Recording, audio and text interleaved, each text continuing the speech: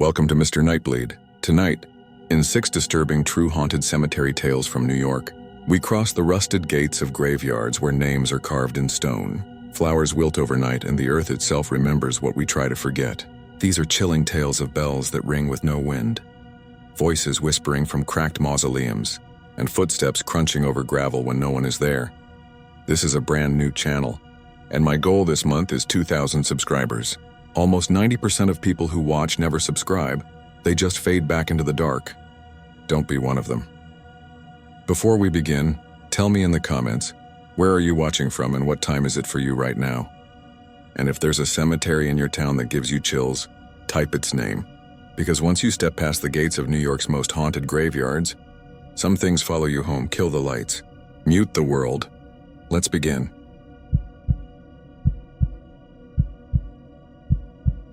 I'm not the kind of person who goes looking for ghosts. I work the kind of jobs that start before the sun, where you carry heavy cases and keep your mouth shut so the neighbors don't complain. I'm a freelance grip in New York, which is a fancy way of saying I move stands and lights for shoots. You get weird locations sometimes, rooftops, basements. One time a bakery at 3 in the morning. Last winter, a producer I liked asked if I could take a dawn unit into Greenwood Cemetery in Brooklyn for a sunrise pickup. Just a couple of plates of fog over the hills, some pretty B-roll on Battle Hill. Quick in and quick out with a permit. The client was a travel show. I said yes because the rate was decent and I live 15 minutes away. It was one of those nights that never fully got dark. The city sky held a bruise of light from the expressway and the harbor. A damp wind came up from the south, carrying the smell of wet leaves and old iron. I met Jenna, our production assistant, at the Gothic gate on 5th Avenue just after 4. If you've never seen that gate in person, it looks like a church split into lace, all that stone cut into spikes and arches. There were no parakeets chattering in the nests because it was still night. The street was empty except for a bakery truck idling a block down and a guy walking a pit mix in a puffer jacket. The dog refused to come anywhere near the gate. It dug its front paws onto the sidewalk and leaned backwards like someone was pulling on its leash from inside. Jenna had the envelope with the permit and a key to the service door. She was 30, wiry, with a Yankees cap pulled low and a laminated lanyard that held more keys than I've owned in my life. She looked tired but excited. "Sun's at 6:58, she said, checking her phone. We get in. We get the shot over the hill to the harbor, maybe some mausoleum angles, and we're out by 8. Malik's bringing the small LED kit and the mics in a minute. Malik showed up in a rideshare with 2 milk crates stacked with gear and a thermos the size of a baseball bat. He's taller than me by a head and has a laugh that bounces off walls. I've known him for 5 years. He takes care of people. He handed me a black coffee and clapped my shoulder like this was just another dumb job. "I'm telling you," he said as Jenna worked the service door, "cemeteries at night are peaceful. I used to cut through a graveyard in Jersey to get to my aunt's place. Never bothered me." "I'm not bothered," I said. I was lying a little. Not scared exactly, just aware. Greenwood's a small city. You can feel it breathe when you step inside. Old trees, old stone, the ground rising and falling like waves frozen mid-swell. There are roads and footpaths that twist back on themselves, and it's easy to get turned around if you're not paying attention. Even in daylight, I've ended up somewhere different than I meant to be. Jenna opened the door and we slipped through. She relocked it behind us out of habit. The road inside ran black through the first patch of headstones, the names whitening and disappearing as our headlamps swept past. We weren't allowed to use big lights this early, so we kept things low and careful. Somewhere far off, a siren warbled and faded. The city was a sleeping animal turning over.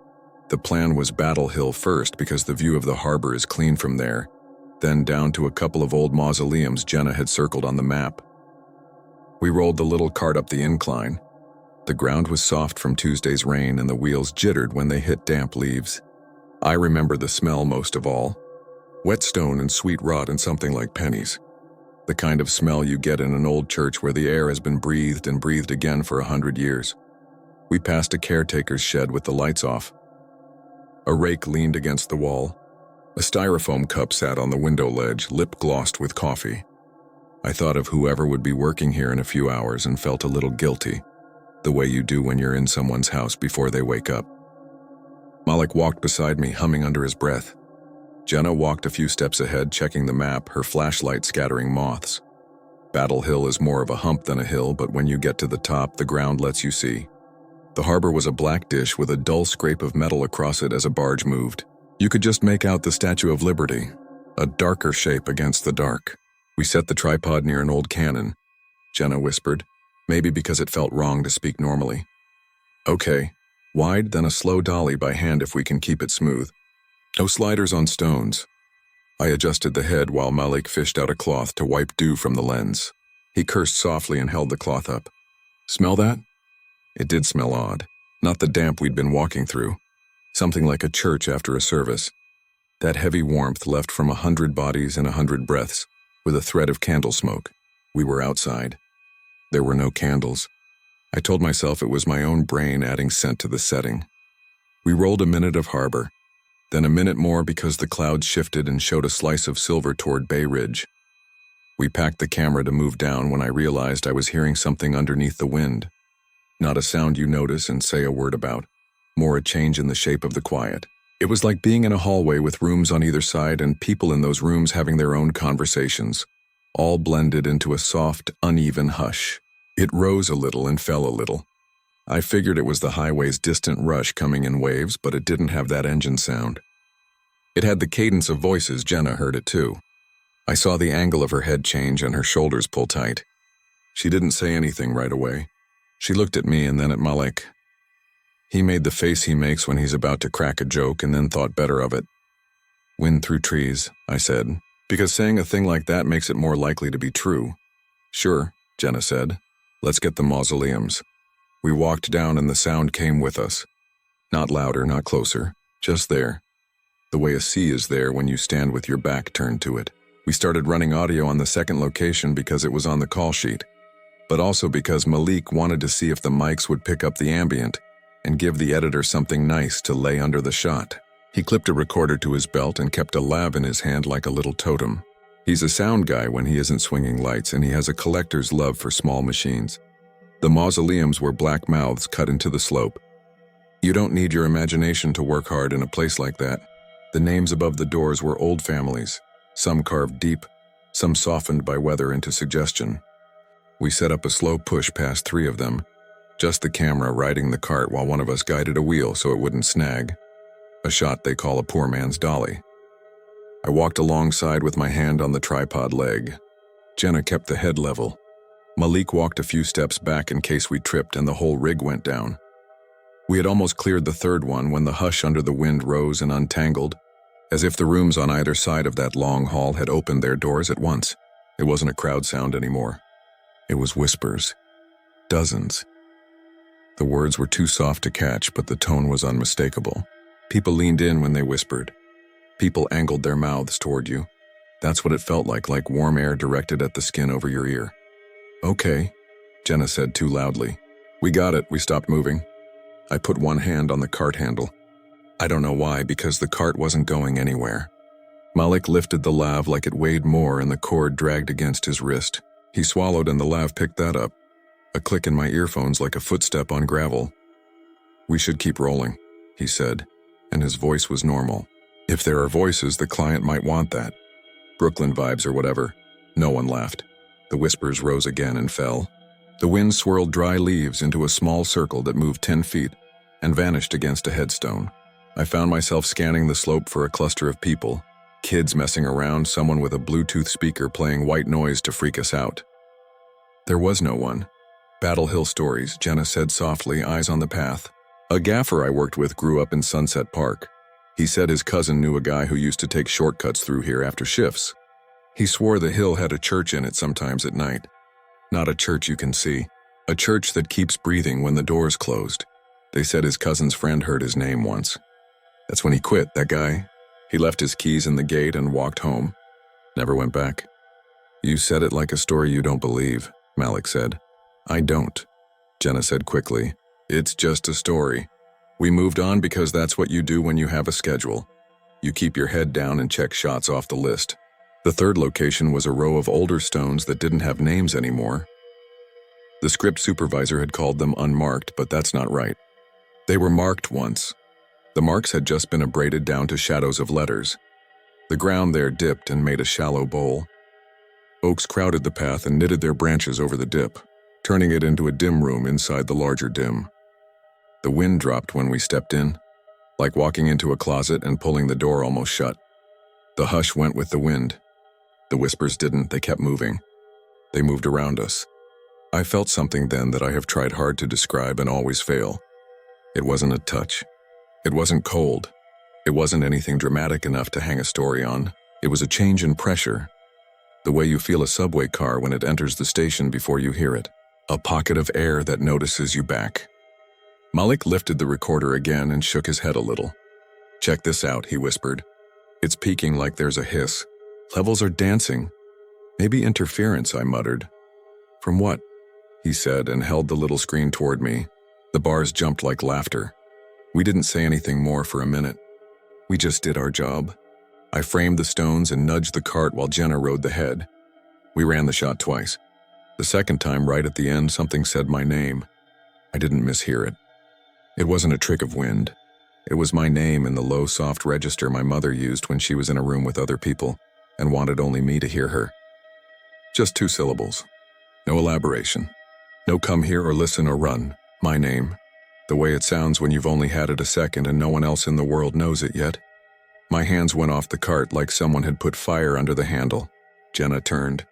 Malik stopped walking and the little recorder swung and thumped his chest and he flinched like he had been hit. I didn't say I heard it. I didn't have to. They could read my face. Malik's expression went empty in a way I've only seen a couple of times, like someone had drawn a hand across a foggy window and left no streaks. "What did you hear?" Jenna said. Not a question. A line. "My name," I said. Jenna's eyes cut down the slope toward the nearest path and then up the slope toward the gate we couldn't see from here. "Okay," she said slowly, like she was soothing a skittish dog. "We're done down here. We can do the last plate by the chapel. It's closer to the exit. We have enough." The whispers pressed in again. You know how a room sounds when everyone is waiting for a speaker to begin? That moment after the last throat clearing and before the first word. This felt like that. You could feel the air holding a shape for a voice that hadn't arrived yet. I wanted to move without looking like I was moving. I wanted to be outside that little bowl of trees. I could clock the exact angle that would take me to the path, the way I do when moving a stand through a tight little restaurant set. We didn't run. We walked. The cart's front left wheel found a groove and rattled like a small animal in a trap.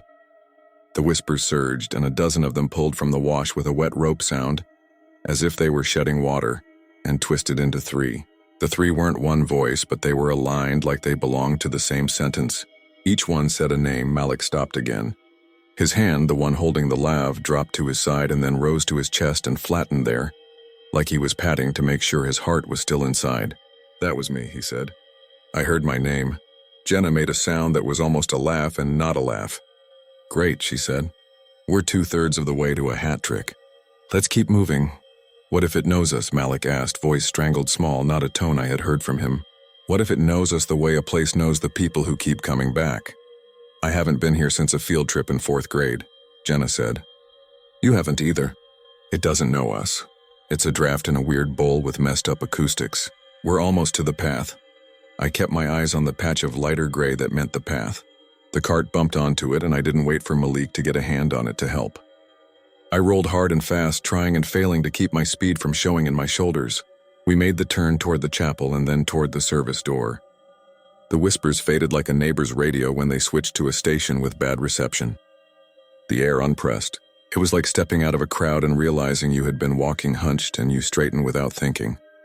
We didn't speak for 100 yards. Then, because we are who we are and because there was still a job, Jenna said, "Chapel plate from the walkway." 10 seconds. "We're done." We set it up quick, no dolly, just a still shot through bare branches, the small white building a ghost of itself in the blue hour. I don't remember if it was good. I don't care. We started for the gate. Jenna took her lanyard out from under her jacket without being told. The gate was locked. Of course it was locked. She had locked it when we came in. That wasn't the problem. The problem was the key. She slid it into the cylinder and turned, and it didn't turn. She tried again, slower. She wiped the key on her jacket and tried again. The key slid in like it belonged there, turned a hair and stopped as if a second hand had met it from the other side and pressed back. I locked it. she said softly. It's the same key. Maybe you double-turned and set a deadbolt, Malik said. Some doors, it's not that kind, she said, no temper in her voice. Just certainty. We stared at the inch of metal and at her hand and at the black shape of the cemetery on our side and the wet black street on the other side and all the empty space of early morning between. The whispers were gone. The silence pressed in like cotton in the ears. Try the other key, I said. She didn't have another key, but it was the kind of thing you say to make a second appear in a pocket. She shook her head. I took the key and tried it because that is what men do. It didn't turn for me either. I looked down at my hand and saw that my fingers were white around the brass, the grooves bitten into my skin. I loosened my grip and the key hummed a fraction, a vibration that traveled into my knuckles like a phone on silent. I would be lying if I said I didn't feel stupid. You don't want to be the person in a story who says a gate won't open because of whispers. You want to be the person who says the cylinder was cold welded or the pins were scored, or the angle was off because the door frame swelled in humidity. The air was damp, but not that damp. The frame didn't look warped. The key had worked an hour before. Call, Malik said, and we all pulled our phones because we are city people, and when a thing does not yield, you call a person. We had bars. We had battery. Jenna called the office number on the permit. It rang and rang in a bright, cheerful way that didn't belong here. No one picked up. She started to leave a message, and the voicemail beep cut in and distorted into a flat tone that made her wince and pull the phone away from her ear. She looked at the screen. It still said leave a message. She hung up and called the emergency number for the cemetery printed on a small line on the bottom of the permit. It went straight to voicemail. Someone coughed behind us. The sound was small and dry, and exactly the sound a human throat makes when it is about to speak and wants to clear any rattle so the words come clean. Jenna's whole body gave a twitch like she was about to run in place. Malik turned so fast the lav cord slapped his jacket. I turned slower because some animal part of me believed that if I didn't pivot too fast, the thing I turned to face would be smaller than if I did. There was no one on the road. The trees made a dark net against a sky that was starting to pale, and in the net something moved. Not a person. Not a single thing. Not anything I could point to and say it was this or that. It was motion itself, as if the leaves shifted while the branches didn't. As if the shadows let go and were caught again. The cough came once more, and then a voice spoke in a tone like paper rubbed between fingers. It didn't come from a direction. It came from the shape of the place. Tell me, it said, and paused like the wind had to carry the next word from somewhere far. Tell me your names. No, Jenna said, and the word was a countertop you slam your hand on to stop a spill. No names. My mother had rules for me as a kid. Don't go with grown-ups you don't know. Don't tell a stranger your address. She would have added this one if we had lived across from a cemetery in Brooklyn. Don't tell the dark your name when it asks. Malik took 2 steps toward the gate without thinking, and the cart followed him because my hand was still on its handle. He put his palm flat against the cold iron at chest height. His fingers spread, and for a second I thought he was about to say his name like it had been pulled up and out of him on a line. Then he closed his mouth, hard enough that you could hear his teeth. He shook his head. He took his hand away from the iron. He set the recorder down on the top bar of the cart and reached up like he was going to knock on the door of a church. Jenna slid the key in again in one smooth movement. The cylinder didn't give. Her throat worked. She looked at me, and it wasn't a look for permission or ideas. It was the look people give each other when a thing is happening and you are both witnesses and neither of you will later claim you didn't see it. Let me try something, I said, and I don't know why I did what I did next. I leaned close to the seam of the door and the frame, and I put my mouth near the place where the key was, and I spoke very quietly. We're leaving, I said. We're not here for you. We're not here to take anything. We're leaving now. The breath I put into the crack came back warm as if someone had spoken into my mouth from the other side with the same timing. The key clicked as if a pin had fallen into place. Jenna froze, then turned. The cylinder turned. The door opened a hand's breadth, then a full hand, then enough for the cart to slip through if we angled it right. The air outside was no different. But drawing it over my teeth felt like I had been holding my breath too long and finally remembered how to inhale properly. We bumped the cart through and carried the cases because the wheel caught on the lip. Jenna pulled the door shut behind us and relocked it. She didn't test the key. She didn't look at the key. She slid it onto her lanyard and tucked the lanyard under her jacket. like making it disappear would keep the world in one piece. We moved fast without looking like we were moving fast, the way you do when a stray dog is watching you. The bakery truck down the block had gone. The man with the pit mix was nowhere. A bus sighed at the corner and trundled by almost empty. A woman in a fluorescent vest swept litter into a pan and didn't glance at us once.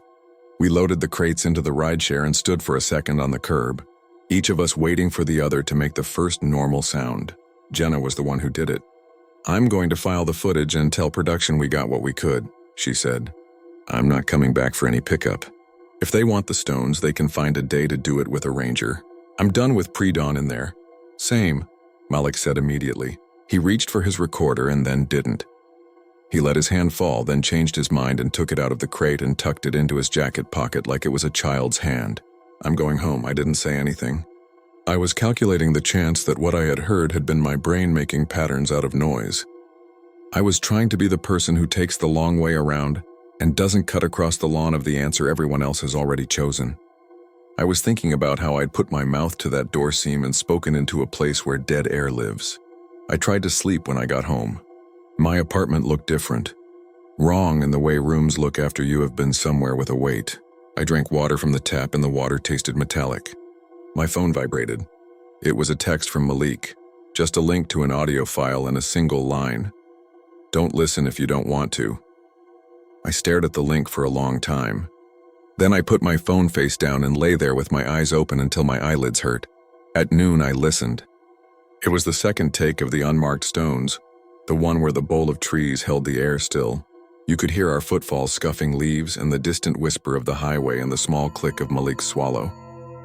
You could hear that warm crowd sound come in like a tide. You could hear 3 strands peel from it and braid. The file clipped a little when the whisper shaped my name. It wasn't my mother's voice on the recording. It wasn't any voice I could name. It was the shape of my name, as if someone had held it in their mouth and warmed it and let it go toward me. I deleted the file and emptied the trash and made sure it was gone. An hour later, while I was washing a mug, I heard my name again. Not from the phone. From the pipes in the wall behind the sink. The water shook in the mug. My name was in the shake. I didn't tell Jenna, I didn't tell Malik, I didn't want to be the reason they kept hearing it. People don't always catch things until you point them out. I worked 3 more jobs that week and tried to pretend text threads and load in calls. And a line producer yelling about parking passes were enough to fill a day so full that no names could fit. The following Monday, the producer sent out the Greenwood plates and the client wrote back a grateful email full of exclamation points. "No notes, gorgeous, gorgeous, thanks team." I watched the cut on a private link because curiosity is stronger than fear under the right light. The sunrise looked like a bruise cooling. The chapel looked clean. Battle Hill looked exactly like any high ground with a view of a harbor looks. The sound mix was fine. No whispers, no hisses. Whatever Malik had captured didn't make the cut. Jenna didn't want to talk about it again. The only thing she ever said later on a different job in a Manhattan lobby that smelled like lemons was this: "Don't answer when a place asks who you are." A place already knows. Malik quit nights for a while. He took corporate day stuff in offices with glass walls and loud espresso machines. He sent me a voice note 2 months later at 3 in the morning. I was asleep and didn't play it until breakfast. His voice was steady. He said he had been dozing on his couch when someone knocked on his door. Very soft, a polite knock. He got up and looked through the peephole. No one. He waited and the knock came again. When he didn't answer, a whisper shaped his name and sent it through the wood the way cold sends itself through brick. He said he sat down in the kitchen and waited until dawn and listened to the refrigerator cycle on and off and thought about how sound moves in a building. I told him to come by if he wanted. He said he would rather not. I still walk past Greenwood on 5th sometimes because my errands go that way. I don't look in. I don't let my eyes ride the iron and the lace. If a chute takes me near the gate, I keep moving.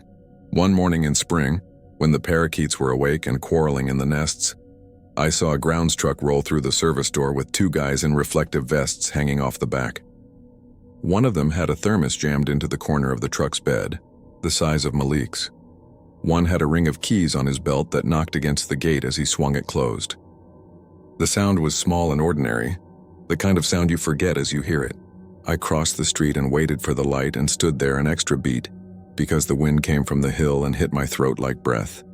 And I didn't want to meet it halfway. If you want a moral, I don't have one.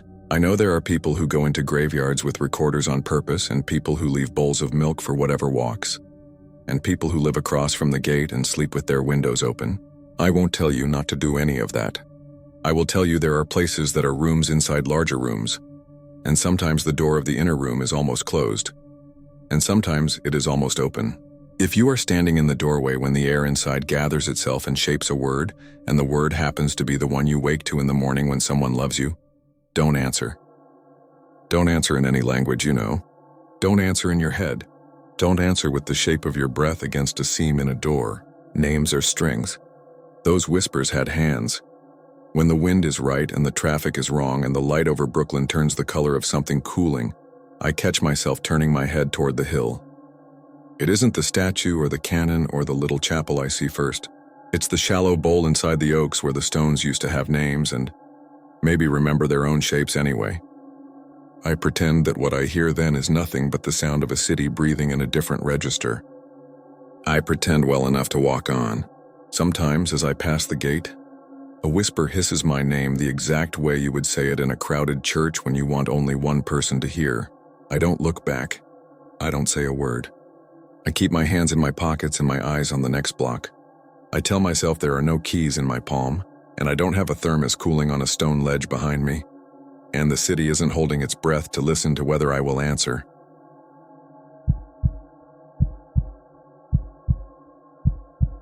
I didn't go to Sleepy Hollow for the Headless Horseman like everyone else does. I grew up 20 minutes south in Yonkers, and the legend felt like something they wrapped around cider donuts every fall for tourists. I went because my cousin Manny was the night guard at the cemetery and told me, without a hint of the usual drama, that he'd seen a barefoot woman walk between the headstones near Washington Irving's grave and vanish like a breath on glass. He said when she stepped, the grass turned dark and wet, and when she was gone, the ground held a trail of damp, perfect footprints. He quit that night. He won't drive the parkway after sundown now. He won't even take the route that cuts by the old Dutch church. When Manny tells a story like that with no jokes, I pay attention. I run a small channel online where I interview locals about strange places. It's not big. We film with a Canon my friend Jess bought used and a mic that only works half the time. I told Jess and our audio guy Ben that we could probably pull a solid episode if Manny took us up to the cemetery and showed us where it happened. Manny said absolutely not. He said he would meet me in daylight at the Dunkin' on Broadway and point with his coffee cup from the parking lot, and that was as close as he'd get. We met on a Saturday in April when the lawns were still waking up that pale, sickly green. He looked rough. He was always clean-cut and squared away, but that morning his beard had patchy spots like he'd gotten distracted shaving, and he kept his left hand wrapped around the cup like he was hiding it. He told it straight. He said a little past 1 in the morning, he was doing his rounds on the path that runs along the slope toward the old section, with the family plots and ornate obelisks. He said the air felt wrong, colder near the ground, and he noticed this line through the grass that looked darker than the rest. He thought a sprinkler had burst, except the place doesn't run sprinklers overnight. He followed it up toward the Irving plot. That's where he saw her. Thin, white dress to her ankles, blown to one side like there was a breeze just for her. Barefoot, pale, with long dark hair that stayed smooth and straight even though the air was moving around her. He called out. She didn't turn her head. He said she didn't move like a person. She drifted, as if walking through slightly deeper water than he could see. He radioed Jim up by the gate, static. When he looked back, she wasn't there anymore, but the footprints were. He said he bent down and touched one, and the blades of grass pressed together like someone had just stepped off. The water soaked into his fingertip. He wiped it on his pants and walked away without turning around. He handed in his badge before daybreak. He held up his left hand and uncurled it. There was a faint white crescent scar along the pad of his middle finger. It was cold, he said. Like fridge cold, like condensation. I felt it climb my skin. Jess is skeptical about everything, which is part of why we keep her around. She asked if he thought it was a trespasser in a dress. Manny said it would have been easier to carry a person out than to carry that feeling home. It followed him, he said. He started waking up to damp footprints on the tile by his front door. His apartment is on the 3rd floor. The windows were closed. He said it stopped when he moved out of his place and back in with his mother for a while. And he counseled us in that exact word. Counseled not to spend time in the cemetery after dark. People think it's a Halloween theme park, he said. It's still a place where the dead outweigh the living. Jess asked for directions anyway. Manny drank his coffee and pointed past the trees. Irving's grave is easy, he said. You'll see the path, the family plot, the stone with the quill. Don't step off the gravel. If you feel the air change, leave. Then he left us there with the early traffic and the smell of Dunkin' bagels, and a feeling that hung low and chilly across the parking lot. Even though the sun was, out, we filmed the tourist-safe daytime shots first. There were families with strollers and older couples who had done the bus tour. The woman at the office told us we needed a permit to film, and when I said we were just doing photos for a class project, she gave me a look that said she'd heard that line before, and then let us be. The cemetery in daylight is not as grim as you think. It's beautiful, with hills that rise and fall like gentle waves, big old trees, mausoleums tucked into the slopes, and that slow river sound from the Sawmill Parkway. We found Washington Irving's grave by following a line of people who had that respectful, slightly excited hush you get near famous names. His stone is modest with a feather carved into it. Ben set the mic on a tripod and captured some ambience. Everyone was happy. It was one of those April afternoons where your fingers never get warm, but you're grateful to be outside. Ben got the bright idea to ask around in town for stories. We bounced between the coffee shop on Beekman and a pub off Broadway that had a chalkboard out front advertising a trivia night about the horsemen. A bartender named Nina told us the cemetery is worse in June when the evenings are warm, but the ground holds cold, and that is when people see things they would not admit to if they weren't on their second IPA. A guy at the bar with a gravelly voice said his uncle saw a lady in white by the north end near the brook, and she left dew prints on the hood of his car. He got rid of the car within a week. Nina rolled her eyes at him, but it didn't feel like a joke. The stories repeated. The dress, the bare feet, the wet marks that shouldn't be there, the way sound went dead like inside a foam-lined box. When we mentioned Manny's name, Nina nodded like she knew. She said he had the 1,000-yard stare for a month. We should have left it there. Good folklore, strong interviews. Insert some B-roll of the church and the bridge and call it a wrap. But April days are short and April nights get under your coat, and there is something about watching a hill turn to silhouette while you're standing at the edge of it that makes you want to prove you're not afraid of shapes. We went back through the gate at dusk. No one stopped us. The afternoon attendant had left and the replacement was late. Or maybe this is one of those places that isn't as guarded as it used to be. We kept to the gravel like Manny said. The light thinned.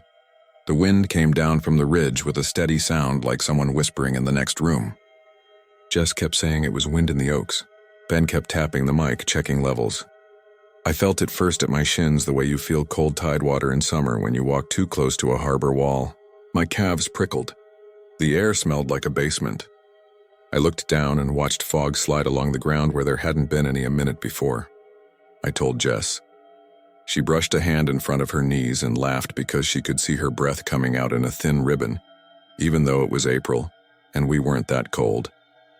The path ahead had gone darker than the sides, as if someone had laid a moist strip of felt down the center.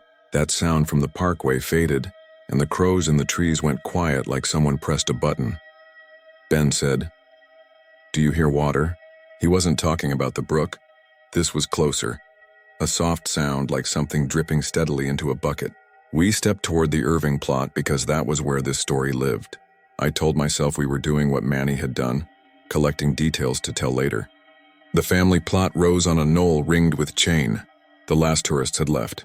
A train passed in the distance, its horn small and lonely. Jess zipped her jacket and stepped carefully around the chain.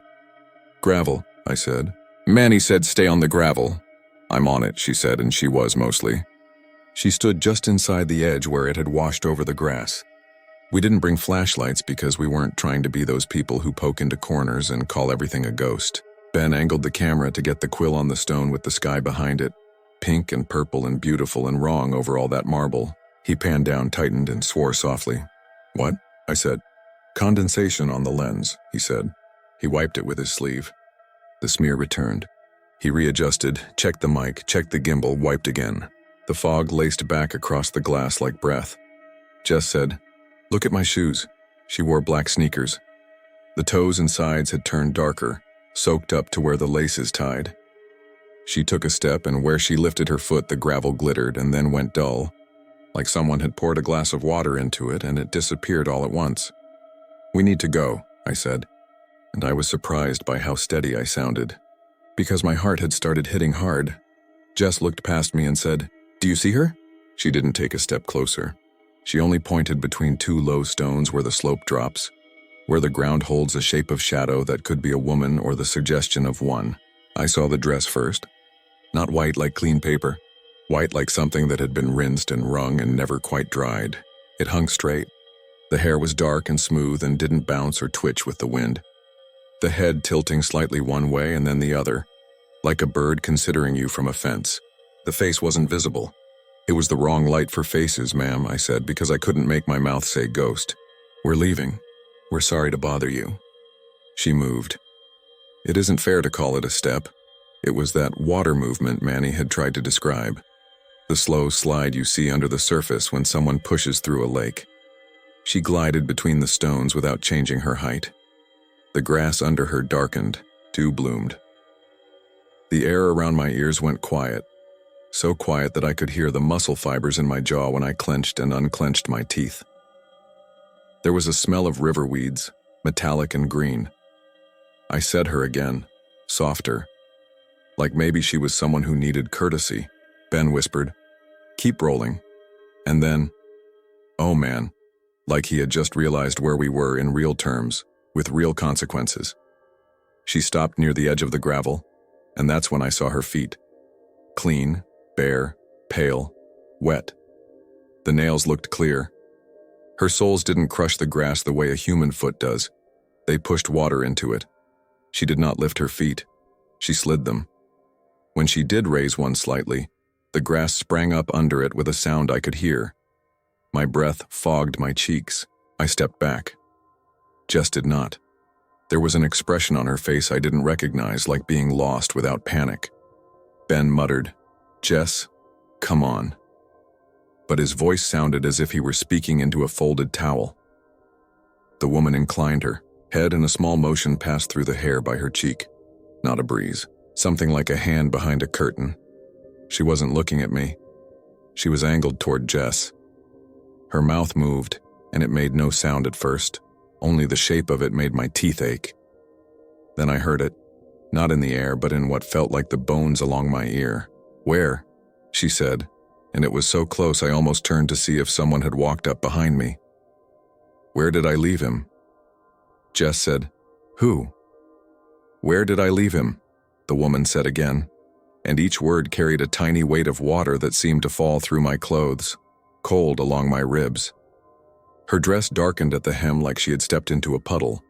She rotated, not a step, just a slow slide of direction, and when she turned that way, the dew on the gravel formed into two bare prints leading down the hill, like she had been, and gone, and we were late to wherever she wanted us to follow.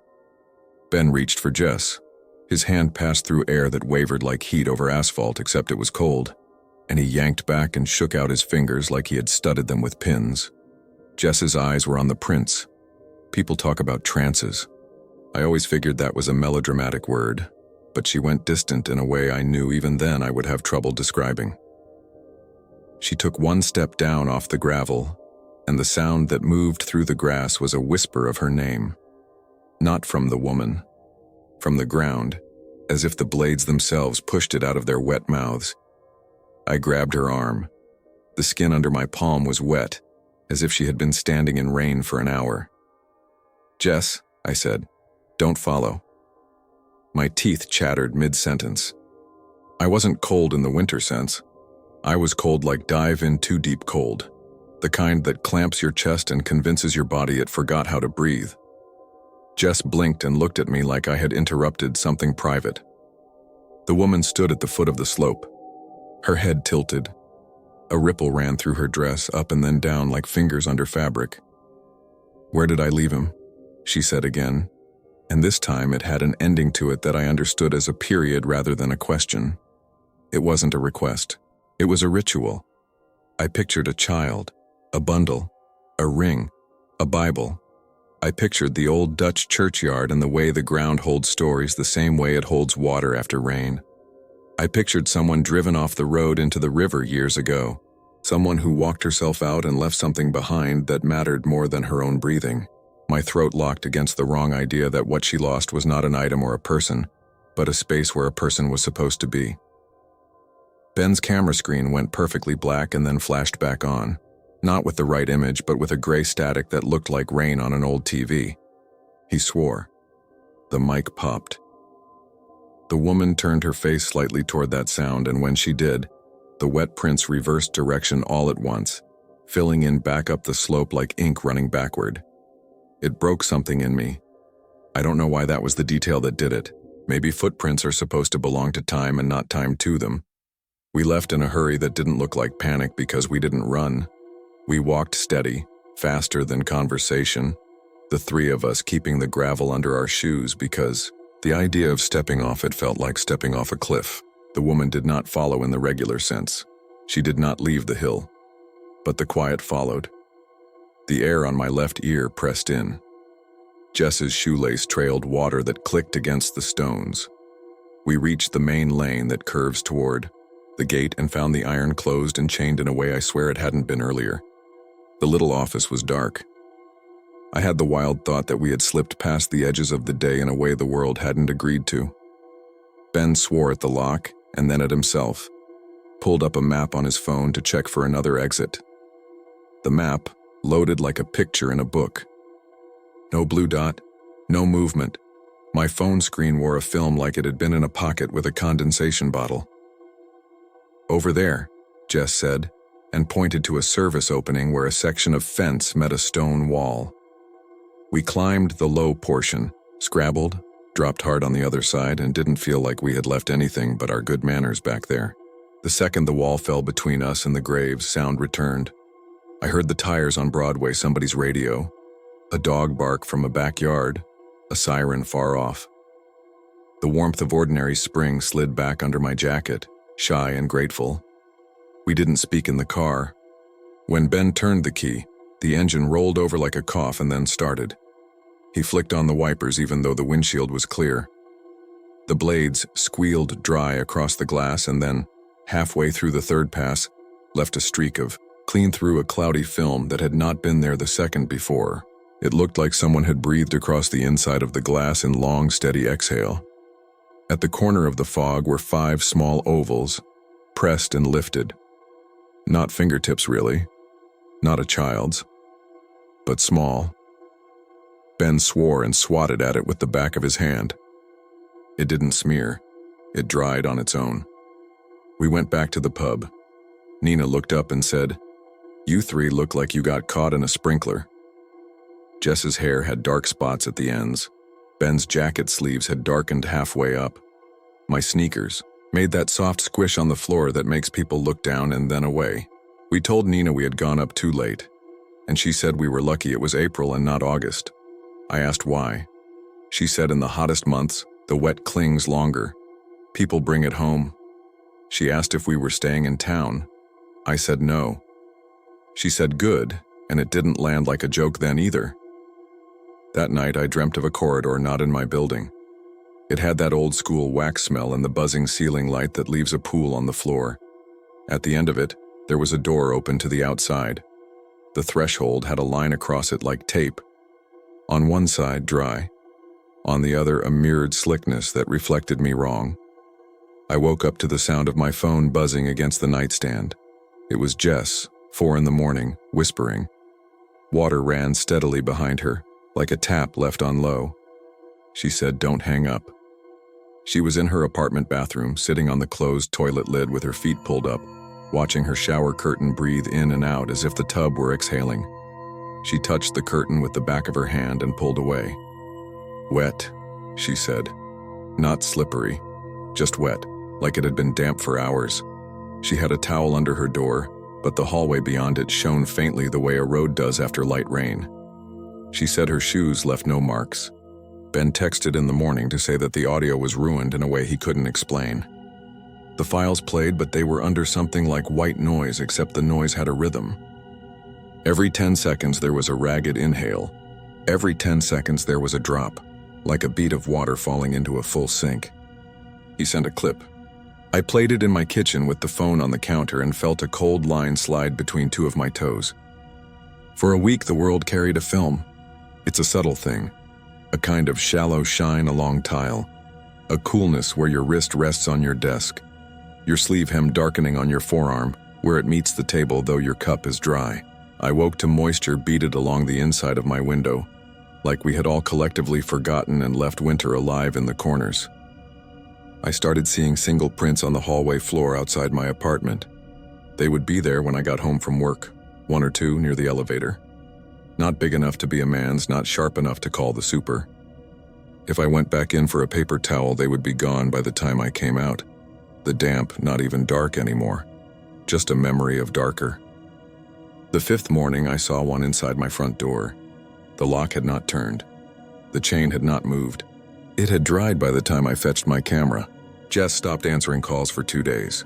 When she finally picked up, she had that light, funny tone she uses when she's trying not to let something new into the room. She said she'd been staying at her sister's in White Plains. She said the bathroom problem was not just the curtain. She had showered and then pulled back the plastic and found 5 small ovals pressed high on the tile by the faucet, like someone had rested a hand there while watching the water go down. She said she scrubbed with a brush and then with a folded towel. The prints were not dirt.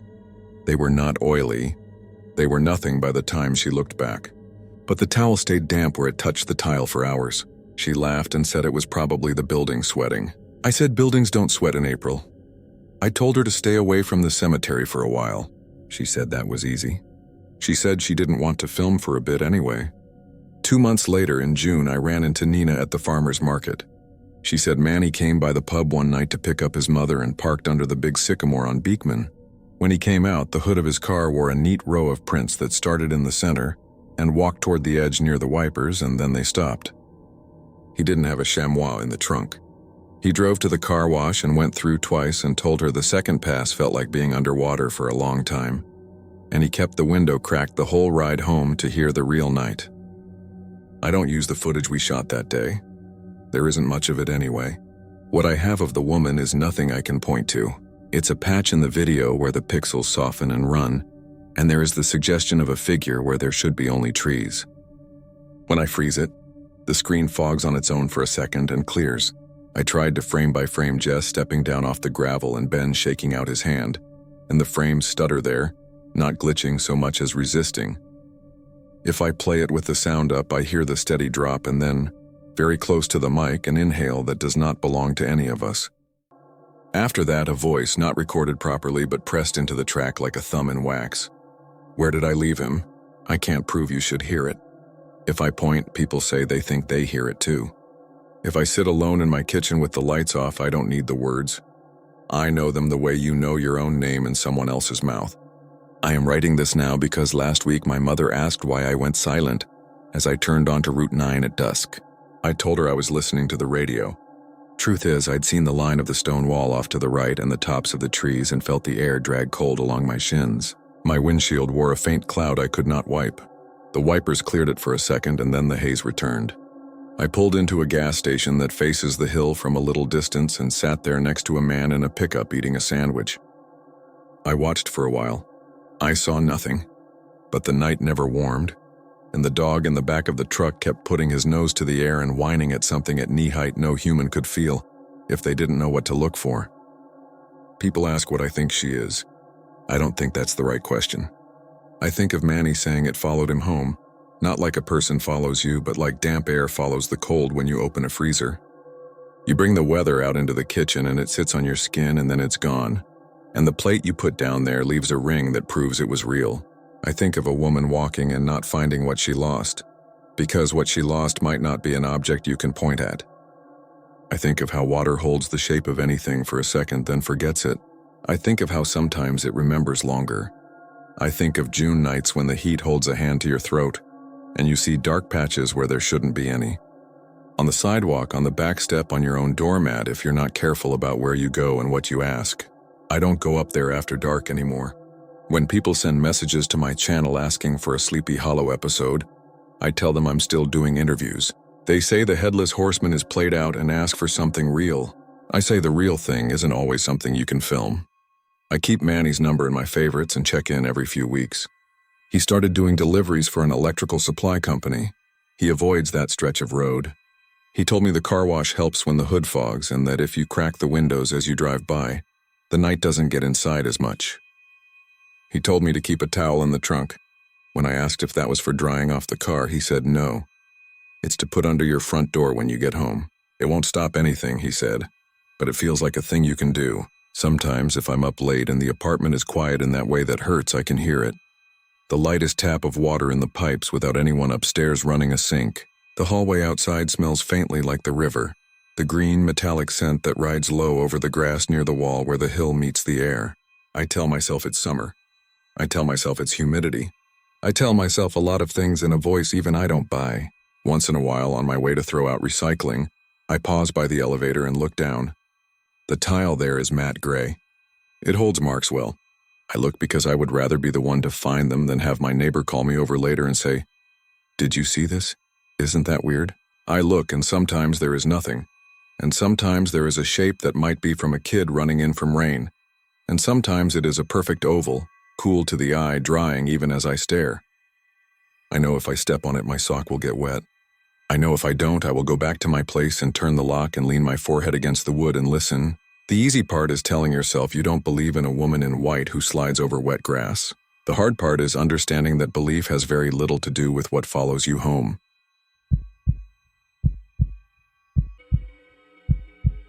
I grew up on the edge of Buffalo, the kind of place where Halloween actually feels like a season. You step outside and the air smells like dead leaves and cold water, and you know somewhere, somebody's dragging a plastic skeleton across a porch to make it squeak. We were 17 that year, me, Tyler, and Mariah mostly, with a couple of others falling in and out of the plan because their parents said no, or they had to work the late shift at Wegmans. I had my dad's old denim jacket with a hole near the cuff that I kept picking at. Tyler had that beat-up Sabres hat he always wore, and Mariah had fingerless gloves because she said they made her look tough even though she was the one who jump-scared the easiest. We weren't out to do anything impressive. We wanted to spook ourselves. That was the whole goal. 17 is an age where you're still willing to be stupid on purpose. Forest Lawn Cemetery was the obvious choice. Everyone in Buffalo has some story about it. Beautiful in the day, historic and all that, but at night it becomes something else. There's Mirror Lake right in the middle, and if you go in the day you can see ducks skimming across it and old guys in long coats walking slowly like they're thinking heavy thoughts. There's also this marble angel near the water, one of those statues that looks too real. I'd seen it during daylight once with my aunt, and even then I felt like it might blink if I stared long enough. Tyler said he knew a way in, a gate that never quite latched. He'd snuck in before with his older cousin to fish a golf ball out of the creek on a dare. He also said he had a flashlight brighter than anything the security guards carried. We planned it like we were going on a mission. We met up at the Tim Hortons on Delaware, splitting a box of Timbits and trying to look casual because there were actual grown-ups around. Mariah had a little backpack with a folded blanket and a water bottle and a Sharpie for some reason. Tyler kept telling her to bring gloves because the iron fence had spikes, and she told him the fingerless ones were enough. Around 9, we started walking, cutting through quiet streets where the pumpkins were already going soft on porches.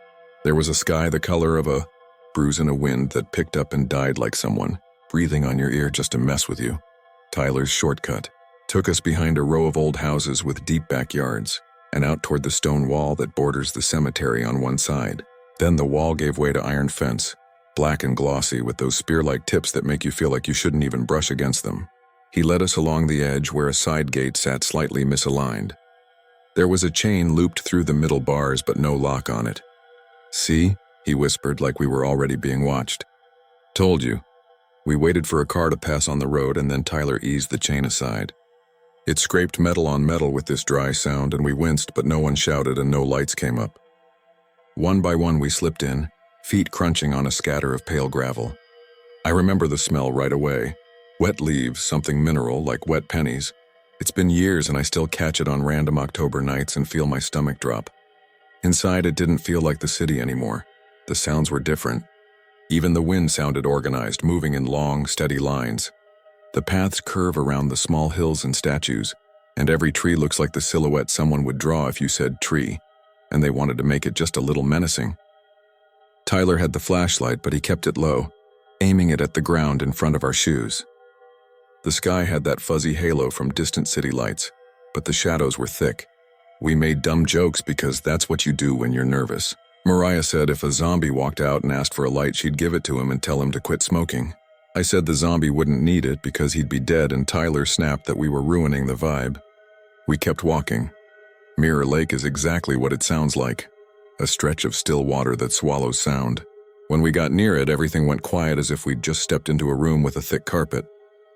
The water had a skin of fallen leaves, and here and there the moon caught a ripple and broke into silver shards. Mariah took out her phone for a picture and then put it away like she felt guilty. Tyler aimed the flashlight across the path and stopped it on the marble angel. I'd forgotten how human it looks. It isn't one of those frilly, blank-eyed things. It's simple. A young face. Hands lowered like it's telling you to calm down. The stone is so clean it almost glows. There was a rumor in our school that if you touched its hand on Halloween, you'd have a nightmare where you wake up standing in your own hallway and see yourself sleeping in bed. Another rumor said the angel used to hold a key, and if you saw it holding something, you should leave because that meant someone was about to be locked in. We were there for the first rumor, not the second. Tyler announced the dare like a camp counselor, said whoever touched the angel's hand and stood by the edge of the lake for 10 silent seconds was a legend. Mariah said that was stupid, but she said it softly, like she didn't want to wake anything up. I teased her and she told me I could go first if I wanted to be tough. I didn't, but I also didn't want to look scared. So I said fine and walked ahead, Tyler's light floating beside me. Getting closer made the statue worse somehow. You start seeing details you don't want. The tiny carved veins on the back of the hand, the hint of fingernails, a softness in the mouth like it's about to speak. The air by the lake was colder. I could see my breath. I put my fingers out and touched the angel's hand. Stone is supposed to be hard, obviously, but that wasn't the part that got me. The part that got me was the temperature. It wasn't cold like the air. It was the kind of cold that feels like your finger is being pulled through the surface of a frozen pond. Not wet, but almost. I counted 10 in my head like Tyler said, and around 6 I realized I couldn't hear Tyler or Mariah moving behind me. I couldn't hear anything at all. At 10 I let go and stepped back, and the sounds came back. The little rustle of leaves, a drip somewhere in the trees. I tried to be casual about it. I said, "They're happy?" The word happy looked wrong, just sliding out of my mouth in that place. Tyler clapped. Mariah rolled her eyes like she wasn't impressed and said she was going to do it too, just to show me I wasn't special. She stepped forward. I moved aside to give her room and drifted toward the lake without thinking. The water was black. I could see our shapes like cutouts in it. I saw the angel's reflection too, but it looked a little taller somehow, stretched by the angle. Then something else took shape in the water, behind us, or I thought it did. A long, narrow shadow like a person in a coat. I blinked and it was just the trees. When Mariah touched the angel's hand, she flinched and laughed immediately after.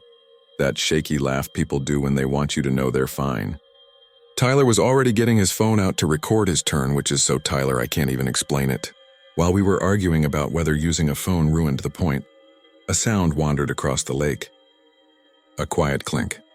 Then another, a little closer. 2 pieces of metal bumping together. Not loud. We both turned because it didn't sound like something the night should make on its own. "There's a security guy," Tyler whispered, and cut the light. We stood still. The world got darker, but not completely. My eyes adjusted and my heart did that thing where it speeds up and then starts hitting a steady, insane pace. I could see the angel again as a pale shape, and beyond it the dark stripe of the path and the faint gleam of the gate we had entered through if I squinted. We waited for footsteps, a flashlight beam. Nothing. Just that drifting clink again, keys brushing against each other in a pocket or a hand. "I don't see anybody," Mariah said. "Let's go," I said. "I'm not getting busted for trespassing. My mom will kill me." We started back the way we came, hurrying but trying not to look like we were hurrying. Tyler whispered that if we saw light we should drop and act like stones. It would have been funny anywhere else. At the edge of the path I glanced back at the angel and saw, this is the part I keep second-guessing, the suggestion of a figure standing slightly behind it, just inside the reach of the trees. The height of a tall man. The long line of a coat. I could have convinced myself I made it up if not for the small sound that followed. As clear as glass, keys shifting in a hand. We didn't run until we saw the gate. I don't know why we checked it instead of just slipping out. Maybe it was automatic. to put our hands on the familiar thing, to let the anxiety release all at once. Tyler reached for the chain he'd looped aside. It wasn't hanging loose anymore. It was threaded through in a neat row, each link pulled tight. There was a lock on it too, a big old-fashioned thing. The kind you don't see much, the kind with a keyhole the shape of a mouth. "Did you do that?" I asked, because maybe Tyler was messing with us. He didn't answer. He pulled at the chain the way you pull at something that looks wrong, testing it like maybe it would give if you showed enough effort. It didn't move. He aimed the flashlight down without turning it on, as if the light itself was something we didn't want to summon. Mariah swore in this tiny whisper that didn't fit her at all. "Okay," Tyler said, breathing tight through his nose. "There are other gates. It's a big place. We'll go around." That made sense, and so I believed it. We weren't stuck. There's always another way out. We turned left and took the path that follows the fence line. It should have been easy. Forest lawn isn't a maze. It's a normal cemetery with curved drives and open grass. But walking that night, it didn't feel like the same place I'd seen in daylight. Trees leaned in the wrong directions. We'd hit intersections that didn't look familiar, and picked the option that tracked closest to the fence only to end up farther from it again. I kept one eye on the metal bars and the other on the ground so I didn't trip. Twice I felt like I saw the angel's white shape where it couldn't be, to our right when it should have been behind us. I didn't tell the others that part. I didn't want to be the one to say the place was rearranging itself. Somewhere behind us, that soft tap of keys again, like someone checking their pocket. Then soft steps that stopped when we did. It's amazing how quickly you can go from thinking something is a prank to feeling your body decide it isn't. I felt it in the way my shoulders moved without me telling them to, tightening toward my ears as if to protect my neck. Mariah reached back and grabbed the sleeve of my jacket without looking. Tyler kept talking, but it wasn't to us. He was saying okay, okay, okay under his breath like a metronome. We reached another gate after 5 minutes that felt like 20. This one led to a small footbridge across a stream that in the day must be pretty. The gate was chained too, the same kind of old lock. The metal looking dry and pitted as if it had been out there for ages. "Hold the light," Tyler said. I held the flashlight pointed down so it wouldn't throw a beam. Tyler tried the chain. It rattled with a dull, heavy sound and didn't move. "Where are the guards?" Mariah asked, and something about that question made everything worse. You'd think getting caught would be the worry. But right then, getting caught would have meant normal life coming back. We turned again, following the curve of the stream until we hit a fork, where 2 weeping willows dipped into the water. I kept glancing through the fence toward the street. Cars passed out there, distant and safe. We were still in our city, the same one with coffee shops and buses and corner stores and neighbors raking leaves across from ours. The distance between us and that world felt huge, like the fence wasn't metal anymore. It was an idea we had to climb out of. On the path ahead, something caught the weak ambient light, a pale edge in the air at our height. I didn't see it until the last second. Tyler did. He threw his arm out and I walked into it. A strand of something thin and metallic was strung between 2 bushes at shoulder level, so fine it was almost invisible. Tyler touched it with his fingertip and it sang, one high, ridiculous note like a tiny spoon hitting a glass. He flinched and it made the keys sound in the distance answer. We stepped under it and kept going, a little hunched now. The wind carried mist off the lake, just enough to make the path slick. I kept picturing my mom's face if I broke an arm. The sound of keys came and went like a small bird moving from branch to branch. At one point, in that half-heard space where you're not sure if you heard anything at all, I could have sworn I heard a voice whispering, not words, just the rhythm of someone saying something soothing and steady. It sounded like the angel's hands looked. After another 10 minutes that felt like an hour, we reached the front entrance, the big main gate, the one with the arch and the name. It was open. I almost sobbed from relief. The arch looked like the opening of a tunnel leading back to the real world. The road beyond it had regular streetlights. We took 3 steps forward and then the breeze shifted. A chain lay across the gap at knee height, both ends looped around the inner bars in quick, neat turns. It wasn't there a heartbeat before. I didn't see. Mariah started and stopped. This chain didn't have a lock. It didn't need one.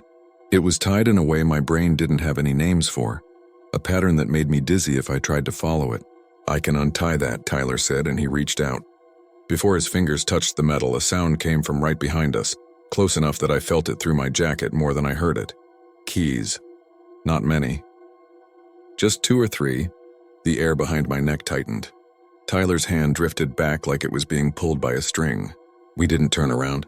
I know you're supposed to turn around at times like that, to show you're not scared or to prove it's not real. We didn't. We stepped backward as one person, hands out until the little chain brushed my knees. I can climb it, Mariah said suddenly.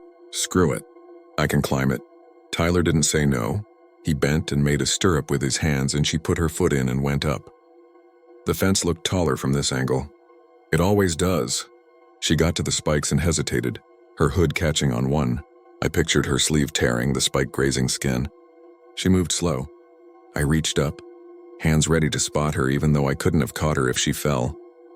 Behind us, Keys touched Keys again, lazy, patient. Go, Tyler said when she swung her leg over. His voice cracked. She dropped to the other side, landing harder than she meant to with a small bark of pain that she tried to swallow. She looked pale even in the streetlight. We didn't even ask if she was okay. Tyler was already climbing. I held the chain down with my foot so it wouldn't shift and make a sound. He paused at the spikes to look back, of course he did, then turned and went over. I followed, because the part of me that didn't want to be last had grown louder than the part of me that feared getting caught on the spikes. At the top, my jacket snagged. It tugged me to a stop with a sound like teeth catching. For 1 second, I was stuck, legs straddling cold metal, chest pressed to the top bar, and in that second, with my face turned toward the cemetery, I finally looked. There was someone standing in the path 10 feet back, easy to see even without Tyler's flashlight. Tall, thin, the shape of a dark suit as clean as a shadow cut out of paper. The face, this is where I wish I could give you detail, the angle of a jaw, the blink of an eye. But there wasn't any detail. The distance between us was small, but the space where a face should be felt like a hole in the world. At the figure's side, a hand hung open. In it, a ring of keys rested, maybe 3 or 4. Not shiny new ones, but old ones, each a slightly different shape. The figure wasn't threatening. That might be the worst part. It stood like people stand when they're about to do something simple and polite, like close a door they think you forgot to close. The chain under my shoes lifted. Not much, just the smallest suggestion of movement, as if someone had touched one end with a finger. It grazed my jeans and made that tiny spoon-on-glass note. I kicked free, shredding the edge of my jacket on the spike, and dropped. I landed badly. Pain shot up my ankle and I felt something wet where the metal had bitten my calf. Tyler grabbed my arm and we ran. We didn't check to see if the chain behind us had fallen, or if the figure had moved to follow. We didn't look back at all. We ran down the street like idiots, past a jogger who turned his head to stare, past a guy in a red hoodie smoking under a streetlight who yelled something we didn't catch, past 2 girls in witch hats waiting for a rideshare who laughed because we probably looked like we were trying too hard. We ended up 3 blocks away, bent double behind a hedge by a dark brick building. The hurt in my leg felt distant, like a broken radio somewhere in another room. Tyler's hat was gone. Mariah's hands shook so hard she couldn't get her phone out of her pocket to check the time. We didn't say what we saw, not at first. We said the chain was tied weird, and we said we should have heard a guard if there was one, and we said we probably tripped an alarm and the staff was messing with us. We said everything except what we were actually thinking because none of us wanted to be the first one to say keys. When we finally walked back to the main road and caught our breath, we called for a ride. Tyler's cousin was supposed to pick us up, but the call dropped twice, and when it connected, he said all the lights on his dashboard had flickered off and then back on, and he wasn't driving anywhere for a bit. A bus came and we took it, sitting in a row like we'd run out of words. On the bus, an old man in a navy coat looked at my leg and asked if I'd had a run-in with a fence. I said it was a dog. He nodded like he'd expected me to lie. At home, I cleaned the cuts and told my mom I'd slipped on wet leaves behind the library. She gave me that look moms have and said to throw the jeans in the wash before the blood set. That night, I slept hard and dreamed of nothing. I wish I could say I had some dramatic hallucination that told me more than the world wanted me to know, but it was just blank. The next morning, being a school day, felt like a prank the universe pulls. We met up at lunch and didn't talk about it until Tyler couldn't help himself. He said, "I saw someone tall with, and Mariah said, "Keys," very quietly. We went back in daylight after school because that's what you do when something scares you. You go back and prove it was the night playing tricks. The cemetery is open to the public during the day, paths wide and clean, couples strolling. A tour group paused near a mausoleum, a groundskeeper in a bright jacket doing something with a rake. The lake was just a lake again, with ducks making irritated duck sounds. The angel looked like art. We walked past it and none of us touched it. When we got to the side gate where we'd slipped in, we braced ourselves to see the chain and the lock. There was no chain. There was no lock. The bars weren't even scraped like metal had been dragged across them. It was just a gate, slightly misaligned like any other. Tyler said maybe we had the wrong gate, which would have been a good theory if it didn't make my stomach feel like it was hitting a dip on the highway. We checked the footbridge gate. Nothing there either. We checked the main gate, feeling stupid for doing it in front of people as if we were going to find a magic trick laid out for daylight. It was open. No knee-high chain. No anything. The groundskeeper noticed us looking and asked if we were lost. Tyler decided to be brave and asked if they locked the gates at night with chains and old locks. The groundskeeper frowned like the question didn't make any sense. "We got normal locks," he said. "Nothing antique like that. And we don't chain it from the inside. Why would we do that?" He nodded at my leg and said, "You should be careful around fences," in the exact same tone as the old man on the bus. The plan was to shrug it off and move on. You tell yourself a story. We scared ourselves, we misremembered, there was a guard with a weird sense of humor, who knows. The trouble is how your life keeps touching the thing you're trying to forget. That week, Tyler lost his house key. He's one of those dudes who never loses anything. He tore his room apart and accused his little brother and then apologized, and it never turned up. His mom got 2 new keys cut and the locksmith said the old one was probably in a jacket pocket, and Tyler said, "I checked every pocket I own." The next day, the front door was locked from the inside when they got back from dinner. Not just the deadbolt, but the chain too. No one had been home. They had to go around back and pry a window. The chain on the front door sat calm and straight in its bracket like it always had. Mariah's car locked itself at the gas station. I was there for that one. We got out to get a snack. She swore she had her keys in her hand, put them in the pocket of her fingerless gloves for a second, and somehow the car beeped and all 4 doors thunked down. The keys were on the front seat where she hadn't left them. A guy in a Bills jacket tried to help with a coat hanger, because there are always guys who want to help with coat hangers. And when the door finally popped, the alarm went off like a scream and kept going even after she started the engine. The gas station attendant leaned over the counter and said, "Happens," and we left it at that. As for me, I kept hearing things in my hallway at night. My house is old, and old houses pop and settle and knock their own pipes. This was different.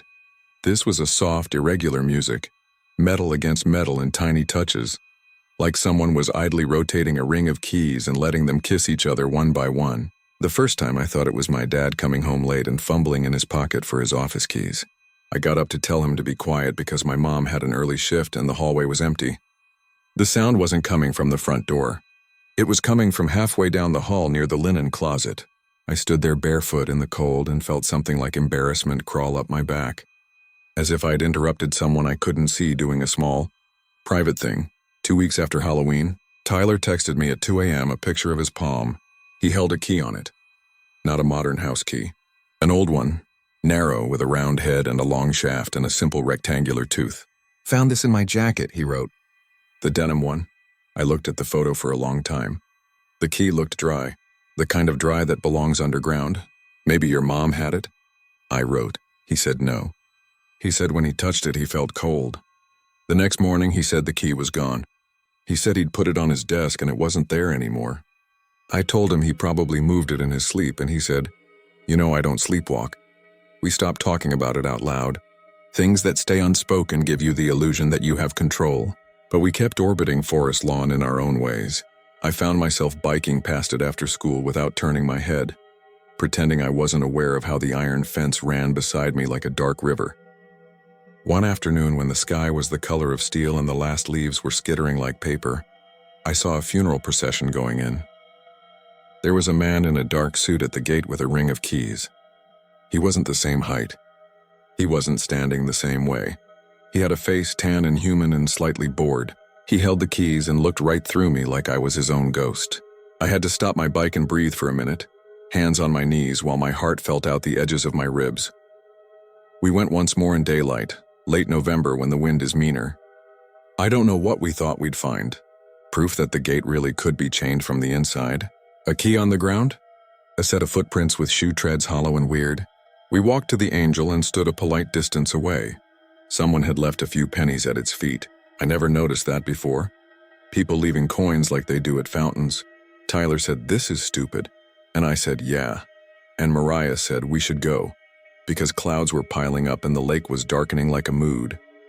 We were leaving the path when a flashlight beam flashed across our shoes. We flinched and turned, and there was a security guard, or a man with a security guard's jacket, friendly enough.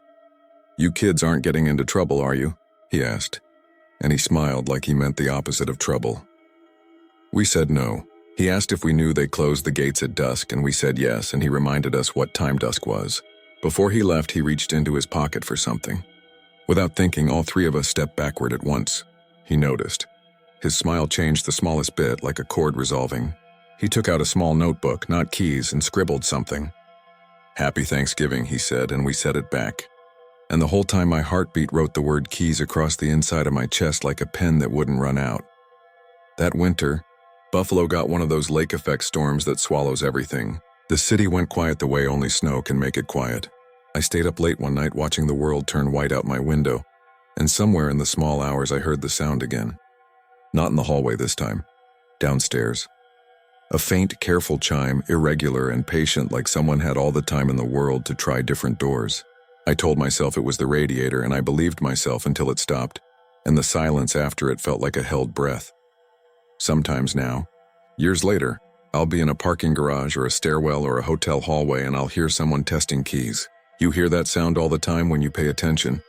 Janitors, night staff, people who have to open places when no one's around. It makes my skin go cold. I check whatever door I'm near to see if the chain is on from the inside, which is silly because most places don't even have chains anymore. I went away for college and thought distance would make it faint. It didn't. I know what you want from me at the end of this. You want me to admit that we were kids who scared ourselves and that's it. And if I can't admit that, you want something solid. A photo of the chain tied in the way my brain can't map. A recording of the figure's footsteps. A close-up of the angel's stone hand holding something it never holds in the day. I don't have those to give. I have us climbing a fence, blood on my jeans, the smell of wet iron, the sound of keys in a night that had more than one way to close a gate. I have the way the main gate looked open one second and crossed with metal the next. I have a memory of a dark suit standing still as patience. I have Tyler's lost key that turned up and vanished. Mariah's car locking itself with the keys in plain sight. My hallway singing in an empty house. I haven't gone back at night. I say that like it's a decision I made, but it feels more like a decision that was made about me. Sometimes I walk past in daylight and the lake shines like a piece of the sky on the ground. People leave pennies at the angel's feet and nothing moves and the gate stands simple and open. No chain, no old lock with the mouth-shaped keyhole. If you go there on Halloween and you tell yourself it's a dare, please promise me one thing. If you hear keys where there shouldn't be keys, don't wait to see if they're for you. Don't wait to find out whether the person holding them is polite. Don't wait for anything to move, and if the gate is open, walk through it. If it's not, don't assume it was always closed. Chains aren't only for keeping things in. Sometimes they're there to teach you which side you belong on.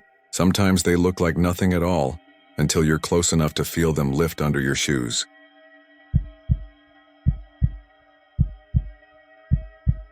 I'm only writing this because the sound showed up again last night, and I'm tired of pretending I don't hear it.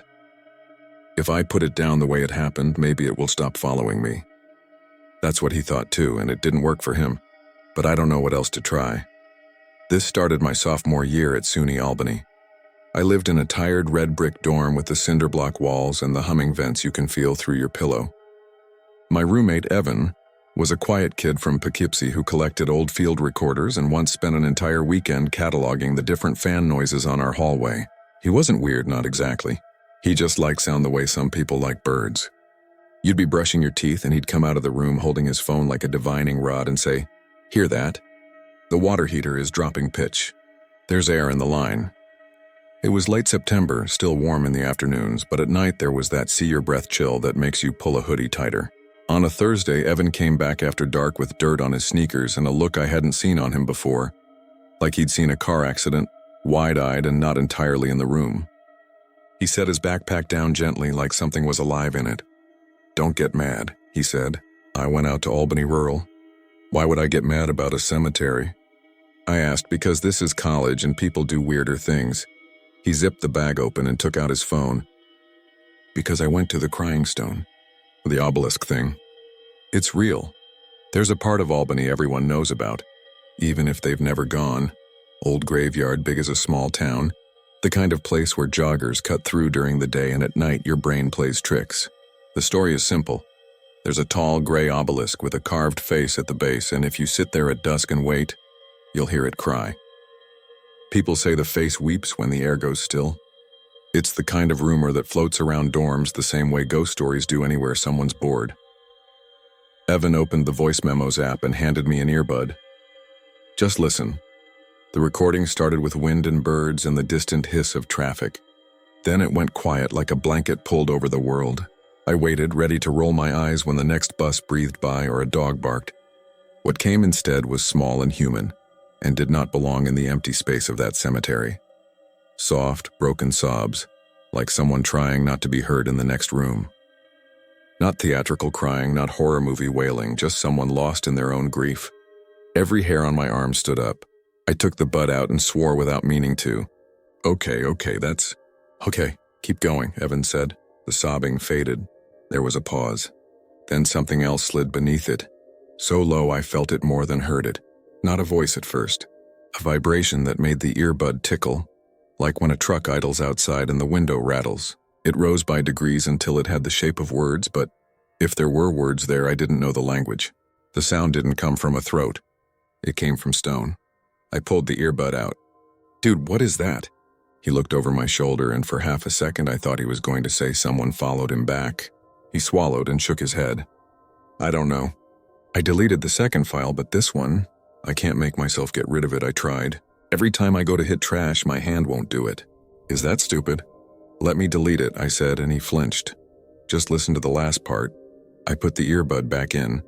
After the low sound, there was a scrape, fabric on stone maybe, and Evan whispered, too close to the mic. Hello? Is someone here? He didn't sound scared then, just polite. The sobbing stopped. The low sound didn't. It came up like a damp chill. It pressed in around the tiny microphone until all I could hear was the shape of that not language and my own heart in my ears. Then in a voice that was definitely human and definitely not Evan's, I heard my last name quickly, like a cough. The recording snapped into wind again and then ended. I took the earbud out very slowly. You're messing with me, I said, but my mouth felt chalky. You edited that. I swear to God I didn't, Mark, I didn't. He held up both hands. I can play the raw file in the app. The metadata says it was recorded once, no cuts. I only had my phone. We both sat there listening to the vents. Maybe it's a person, I offered. Someone hiding. Or some creep. That low thing wasn't a person, he said. And I said your name once when I was telling the story under my breath. His voice dropped. What if it was just answering? We argued for a while about pipes under the hill and pranksters and the power of suggestion, the way two people will when neither wants to admit they're rattled. At some point we realized we were talking in whispers. Who whispers in their own room about their own phone? But we kept doing it without planning to. At 2 a.m, a sound woke me. Wet sniffling, quiet and desperate. I sat up and saw Evan turn toward the wall. I thought he was crying, and I felt a flood of guilty relief that this had all been normal grief after all. Then I realized the sound was coming from the vent above our door, riding the same low hum that had been there all night. It didn't sound like it traveled through ductwork. It sounded like it had been trapped in the metal. When I got up to the vent, it stopped. I tapped the grill like an idiot. The room went back to the steady hiss I'd never noticed until that week. In the morning, Evan looked like he hadn't slept at all. He asked me if I heard anything, and I told him no, because sometimes when someone is already sliding, you don't hand them a sled. He nodded and stared at his cereal like it would tell him what to do next. By Friday, everyone on our floor had plans. Mine was nothing, pizza, maybe a cheap movie, but I didn't go. After dinner, I found Evan at his desk with that look again, the one that didn't belong to the room. He had headphones on. He wasn't listening to music. You're going back, I said. He nodded. I need to know if it does it again. I'll go early. It starts at dusk, right? I'll be out before we get locked in.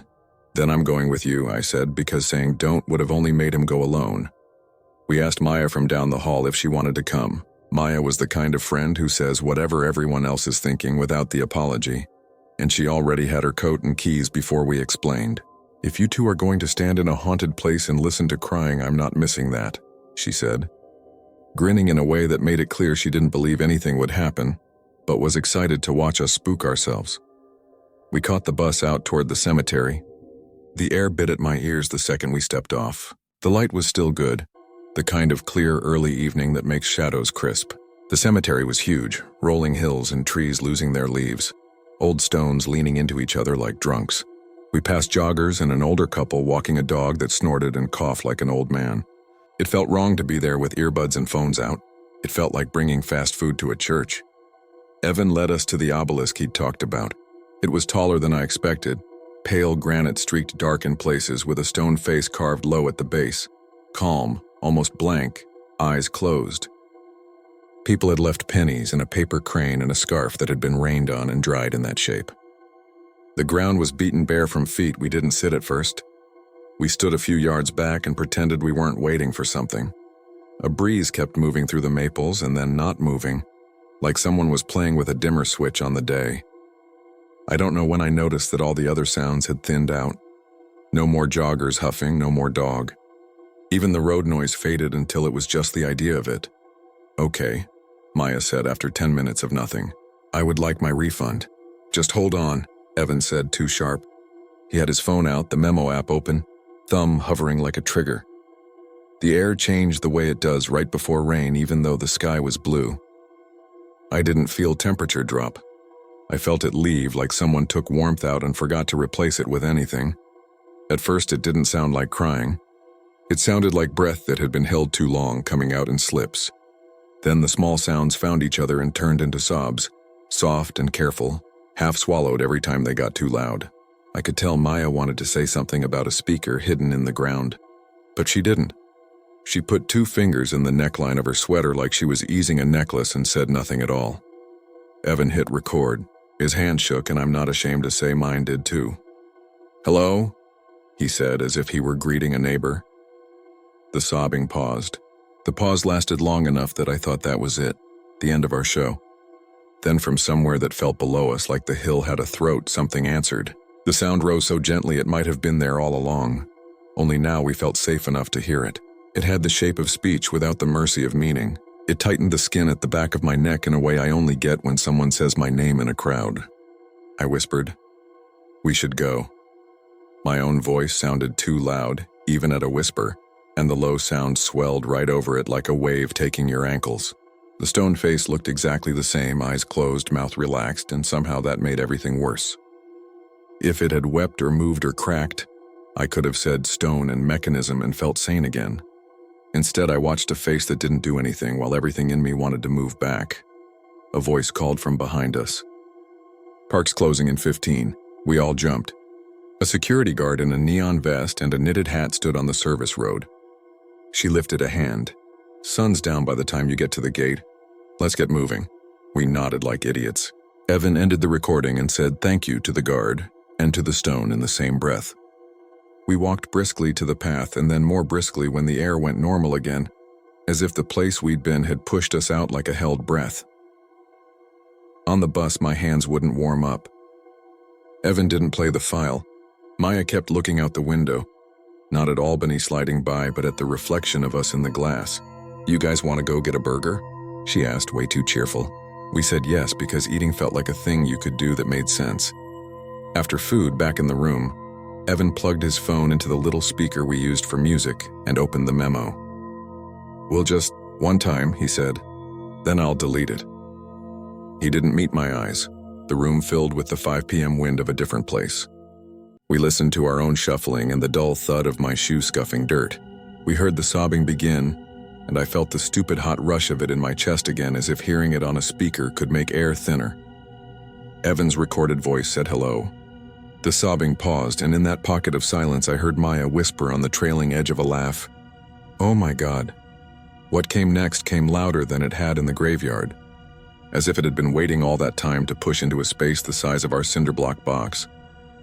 It filled the room's corners and the hollow places under the beds. It put pressure on my eyes. You don't think sound can press you, but it can.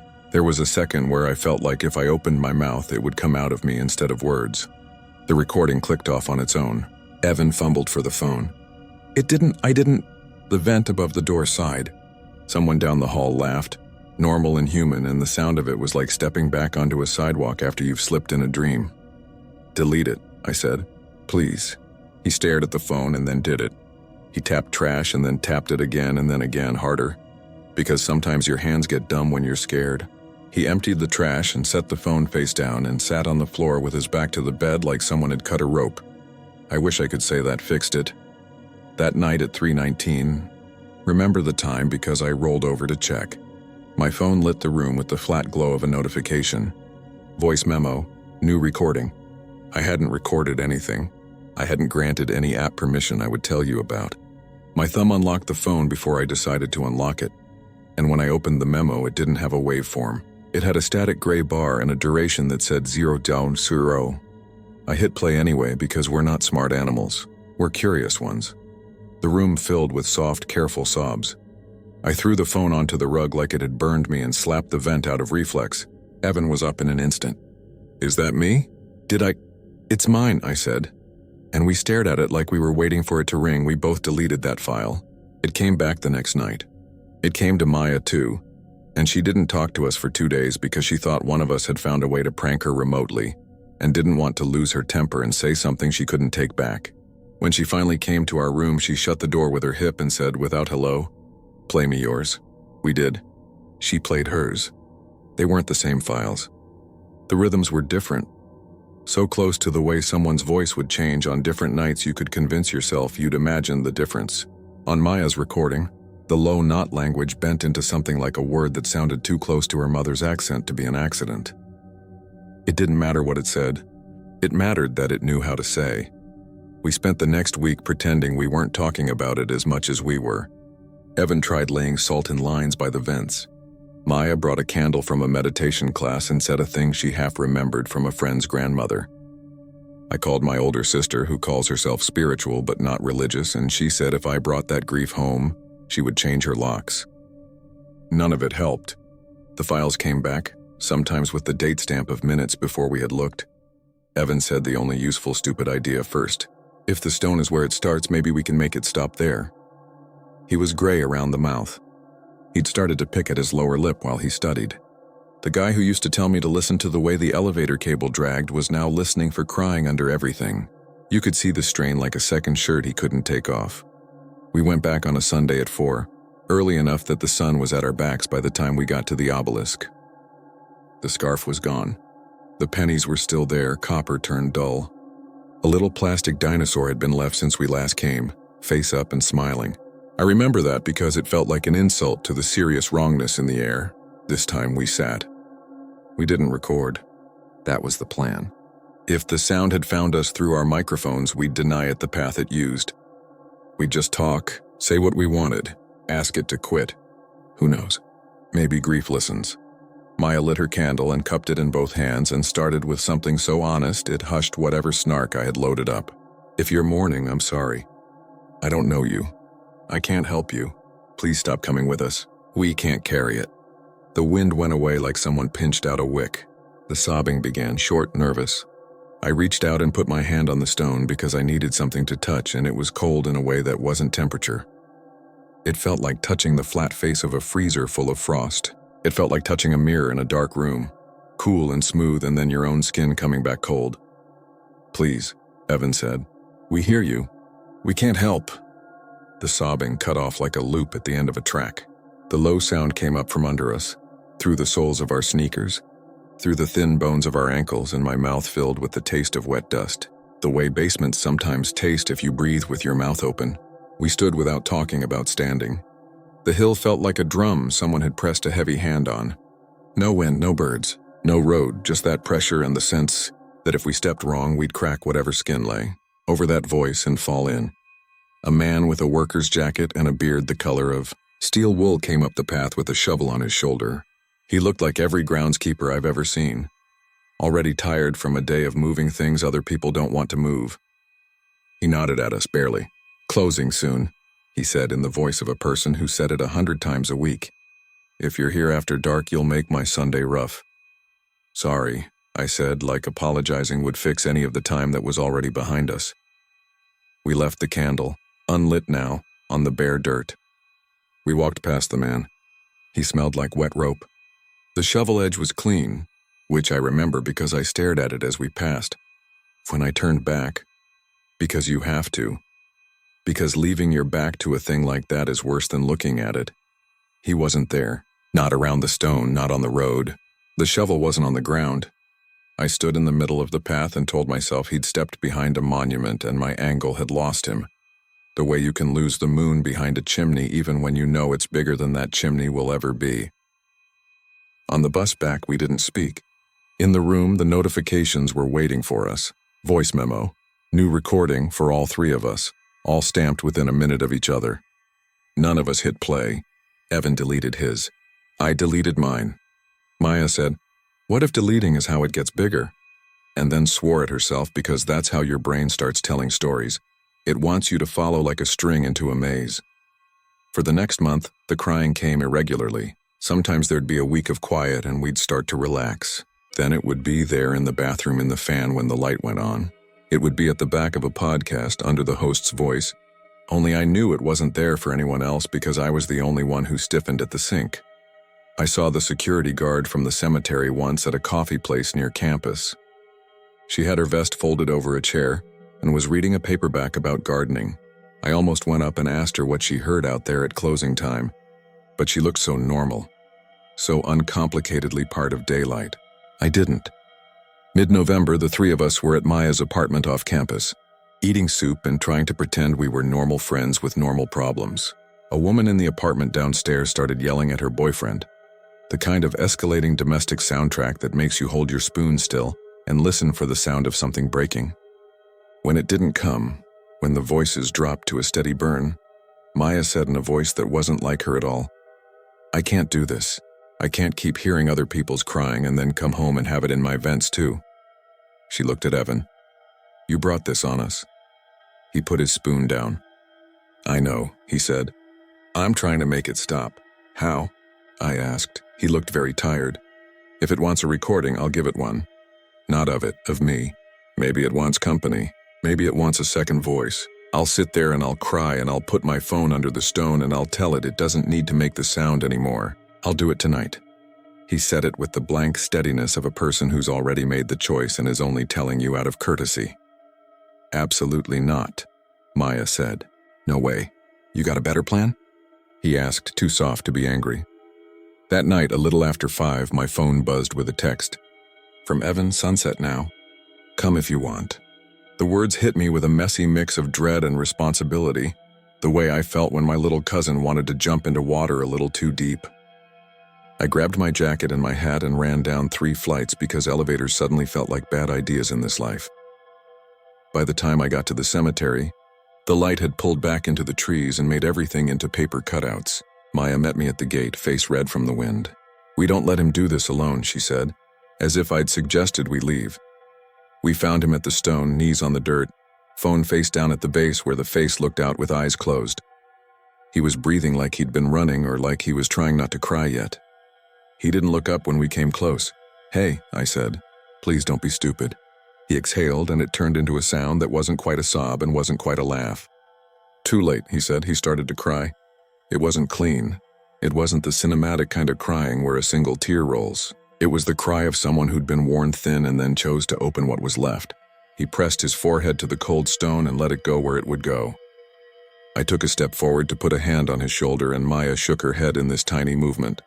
Not no as in don't care, but no as in maybe that would tangle something that was already too tangled.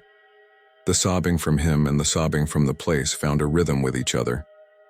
For a second I could pretend that was all this was. Sympathy, resonance, grief, matching grief like tuning forks. Then the low voice rose and spoke in a way I understood without understanding any word. Not thank you, not yes, but something like at last. Evan's crying changed. It turned from tears into these hitching breaths that didn't line up with what his body was doing. His shoulders shook on the wrong beats. His mouth opened and closed, and the sound that came out of him wasn't coming from him alone. "Evan," I said. "Buddy, hey, stop." The word landed like a pebble thrown at a building. The low voice kept speaking under him or through him, not quite using his tongue. His jaw worked. His eyes opened and he looked at me, and I couldn't tell if he saw me. For a split second I thought his eyes were somebody else's, not because they had changed color or shape, but because the way they were used, what looked out from them, felt older than the ground under our feet. The candle Maya had brought before, long dead, lay on the dirt by my shoe. I bent and grabbed it because a thing in my hand felt better than air. I said, "Evan, give me the phone." Because that was something you can say to a person you live with that sometimes fixes small things. The sound under his voice thickened. The air had the taste of the inside of a stone you've licked as a kid just to see. That is not a poetic way to say it. It tasted like rock. "Hey!" This new voice snapped like a twig now from behind. A flashlight beam hit my coat and then the ground. Security again. A different guard this time, a man. Young enough to be a grad student on a weekend shift. Parks closed. "You can't..." The beam slid over Evan's face, to the stone, to Maya's hands empty and then clenching. It paused on the base where his phone lay. "Is that..." "Look, you can't leave stuff here," the guard said. But there was an edge to it that said he wasn't sure this was the script anymore. I reached and took the phone because a person in a vest had given me an excuse. The minute my fingers lifted it, the low voice went quiet like someone yanked a cord out of a wall. Evan gasped a little boy breath and fell backward onto his heels. He put his hand out like he was catching himself on the ground he expected to be behind him. It looked like falling awake. Maya grabbed his elbow. "We're going," she told the guard, and somehow made it sound like she was the authority here. We walked out with his weight between us. He cried again, but it was the very ordinary kind of crying you do when you hit your knee and are embarrassed. He kept saying, "Sorry, sorry," like he'd broken something at a friend's house. The guard didn't follow us past the first bend. Maybe he was only real to the angle of the stone. At the gate, Evan took his phone back. He held it like it weighed more than before. He didn't ask to play anything. He didn't unlock it at all. He just put it in his jacket pocket and nodded once in a way that was apology and thanks and I don't know, and everything at once. That night, no recordings came. The next night, mine didn't, but Maya got one at 2:12. The night after, I got one at 4. Evan got nothing for 3 days and then woke up with his phone playing it at full volume on his nightstand. Screen dark, speaker on, no app open. I threw a t-shirt over it and that made it worse, like throwing a blanket over a crying person. We watched it with the stupid superstition that watching matters. When it stopped, it had never started. No history, no entry, no proof. Finals came. The weather collapsed into gray and stayed there a month. We went home for winter break. The first night in my parents' quiet house down the hall from the room where I used to keep my baseball posters. My phone vibrated on the nightstand, and I knew without looking. The tile floor in their kitchen will forever be a late night memory of my bare feet and me standing with my ear against the refrigerator like a thief because the hum of that old motor had a wet edge to it that hadn't been there when I was 15. I wish the story had an ending. I wish I could tell you the ritual, the person, the explanation. Evan did not die. He didn't vanish. He transferred the next semester to a school closer to home. We still text holiday emojis and hope you're good. Sometimes there's a pause before he answers that feels like he's set the phone down and is waiting for something to finish before he can type. Maya graduated and moved to Boston and refuses to live anywhere with forced air heat. She has radiators now and says they click and bang, and that's predictable and fine. As for the cemetery, people keep going. They leave pennies and scarves and kinder things than those. Some nights it probably doesn't cry at all and it's only a hill with names. Other nights, when the warmth is taken out of the air and nothing replaces it, somebody sits there long enough to hear the soft sobbing of grief that isn't their own, and a second sound answers. Because that's how echoes work in some places. If you record it, it will be grateful. If you delete it, it will understand and send you another one. Gentler because it still needs a second voice. I moved across town at the end of that year, into an old place with creaky floors and baseboards that shed paint if you look at them wrong. On the night I moved in, the building was settling and every sound had a reason. Then the vents whispered in a way metal shouldn't. The pipes sighed. Somewhere below the traffic and my own breath, a sadness I didn't earn scraped the bottom of the room. I told myself there are no voices here. That's what I say now. There are no voices here. It helps me sleep more than it helps me believe. Last night, after a year of mostly quiet, my phone lit up at 3:19 like it always does when it refuses to let me not know the time. New recording, the bar said, and this time there was a waveform. I looked at it for a long time because there is power in not hitting play, and wondered if that was what that place wanted, to know that I saw it and had to choose. I pressed the little triangle before I could give myself a speech about self-respect. At first I heard nothing at all, just the silence of a microphone that hasn't yet decided what counts as signal and what counts as noise. Then the sobbing moved in, small and careful. The lower sound rose from under the floor and shaped itself around my name again in a way that felt less like an address than like a receipt. Underneath both there was another sound, very faint, and I only realized what it was after my brain stopped telling me it was feedback. It was my own voice, the sound of me moving around the apartment earlier that day, humming under my breath without thinking while I unpacked a box. The thing had kept that in its pocket, the way someone might keep a photo they plan to return to you later so you know they were in your house. I deleted the file while it was still playing. The sound kept going for a second like water in a pipe, then stopped cleanly. The trash was empty. There's no proof I could show you that any of this happened. If you need there to be proof, I hope that keeps you safe. This morning I went out and sat in my car with the heater on and watched the windows fog and then clear. Fog and then clear. And for a second the residue on the glass made a shape like a face, calm and closed-eyed, just a suggestion in the condensation. It looked like any face you could make in your own breath. I wiped it with my sleeve and watched the heater erase the last of it. I've learned the sound isn't loud unless I try to make it quiet. If I leave my phone in another room, it finds a vent. If I close the vent, it takes the space under doors. It doesn't want to hurt me, I don't think. It wants to be heard. That's all crying ever is, really. A request to not be alone with it. That's the worst and most ordinary thing about this story. If you go sit where we sat and wait long enough, you'll hear it. If you record it, you'll be 2 people listening instead of 1. If you play it later, you'll be 2 again wherever you are, and then you'll be 3, and then it will not matter how far you move or how many phones you buy. When I open the voice memos app now, there's nothing there. It's clean. It looks like any phone. I'm writing this at my kitchen table with the fridge doing its normal hum, and the street doing its normal tires, and the building doing the small groans buildings do. There is a shape under all that, quiet as a held breath, and I am not going to check the time because I already know it's a minute when the hours are thin. If you hear crying later and you've never been to the cemetery, you'll tell yourself it's the pipes or the wind in the neighbor's tree, and you will be right because those are also the truth. If you sit long enough in any place and ask it to tell you what it's holding, it will eventually answer. All I can say is that at Albany Rural there's a stone that learned to do it first, and once you put your ear to what it's saying, other things will find their way to your door to finish the sentence. I'm going to finish this and turn on the faucet and let it run a second so the water's cold, and I'm going to fill a glass and drink with the absurd faith that water solves something. When I put the glass down, the fridge will kick on, and if it stutters on the start, I'll probably tell myself it's nothing. I don't sit at my table anymore and beg it to stop. That never worked. Sometimes, when it's very late, I talk in a quiet voice like you use with a friend and say, "I hear you." Sometimes that helps. Sometimes the room gets so still it feels like being in a car under a bridge while a train passes overhead. Sometimes I fall asleep to it like a fan I forgot to buy. The only promise I'm willing to make is this. If I wake at 3:19 to a new recording and it says there's a place I should go, I won't. If you were smart, you wouldn't either.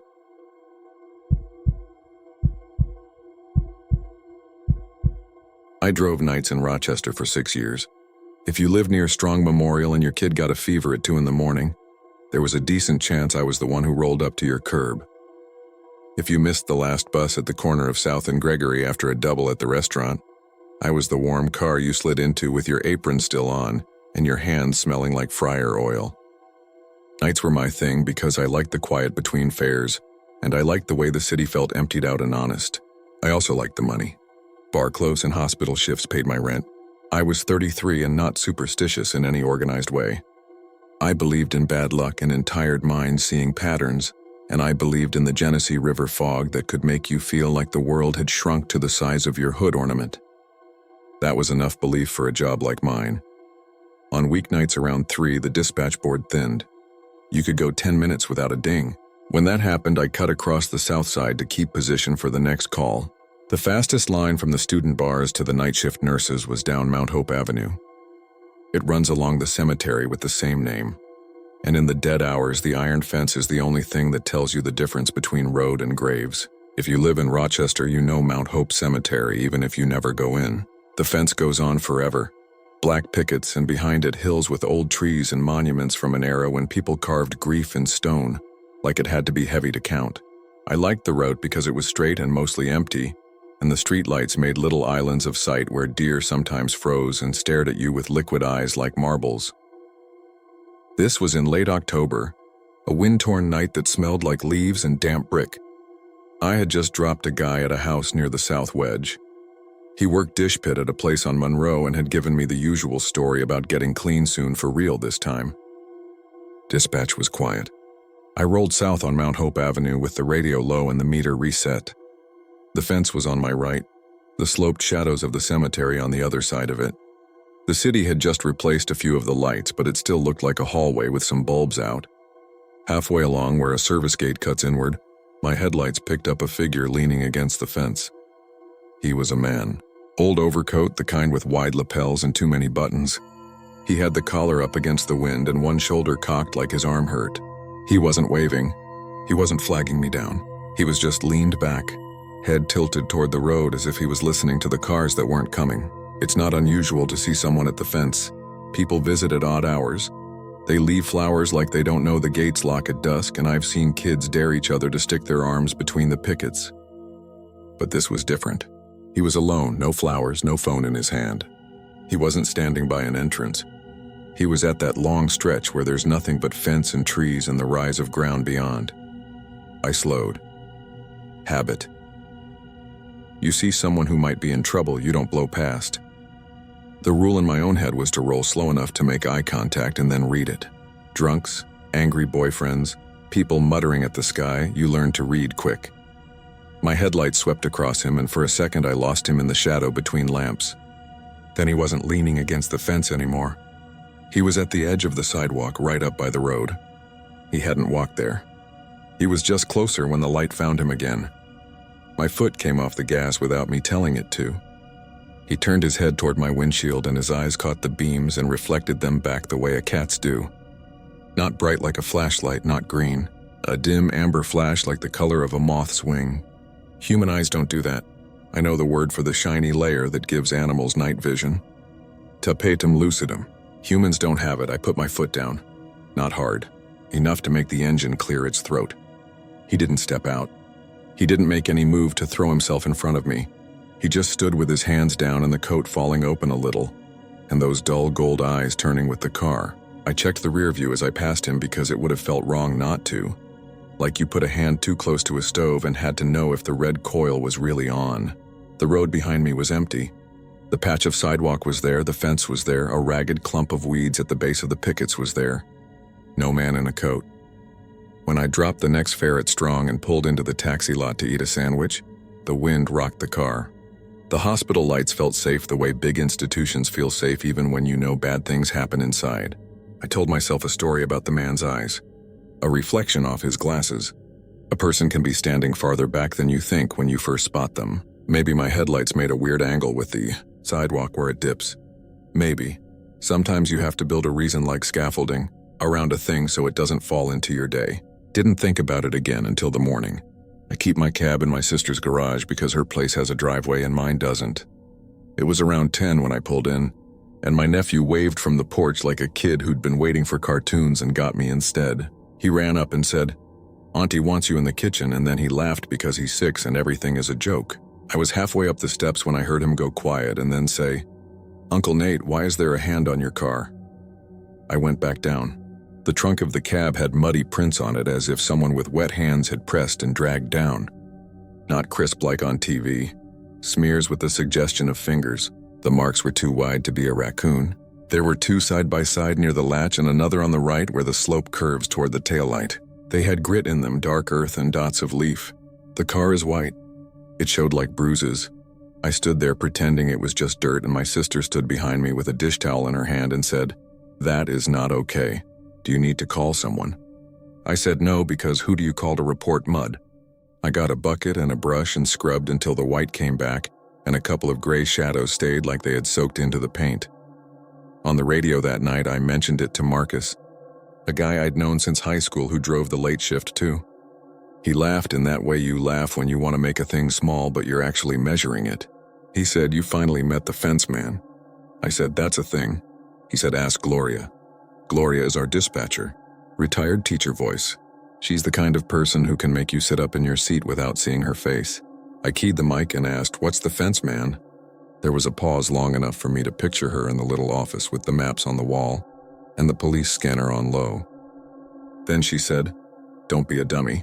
Don't stop along the cemetery after midnight." It was the tone your mother uses about not picking up dead birds with your hands. A fact, old and boring. No story attached. It could have been the power of suggestion, but after that the things around Mount Hope felt wrong. The radio turned to static when I passed the northern gate, and stayed that way until I hit the light by Elmwood.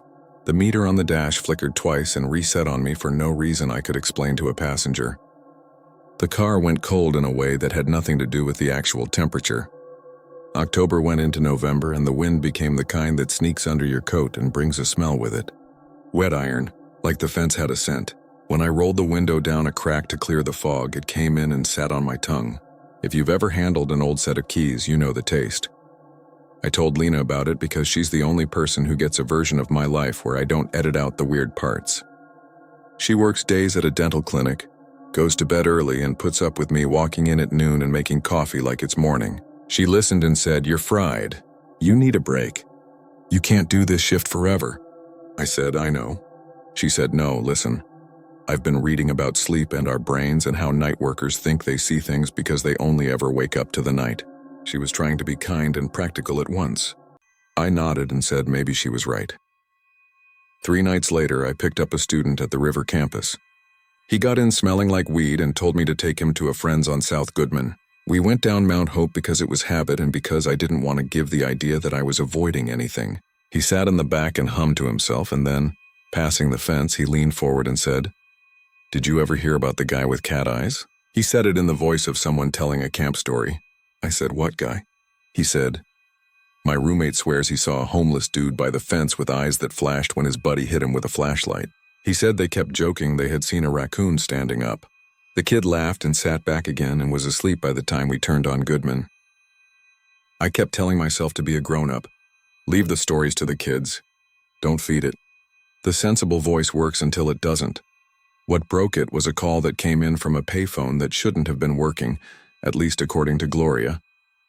She read the number off the screen and said it belonged to a box out by the old service entrance.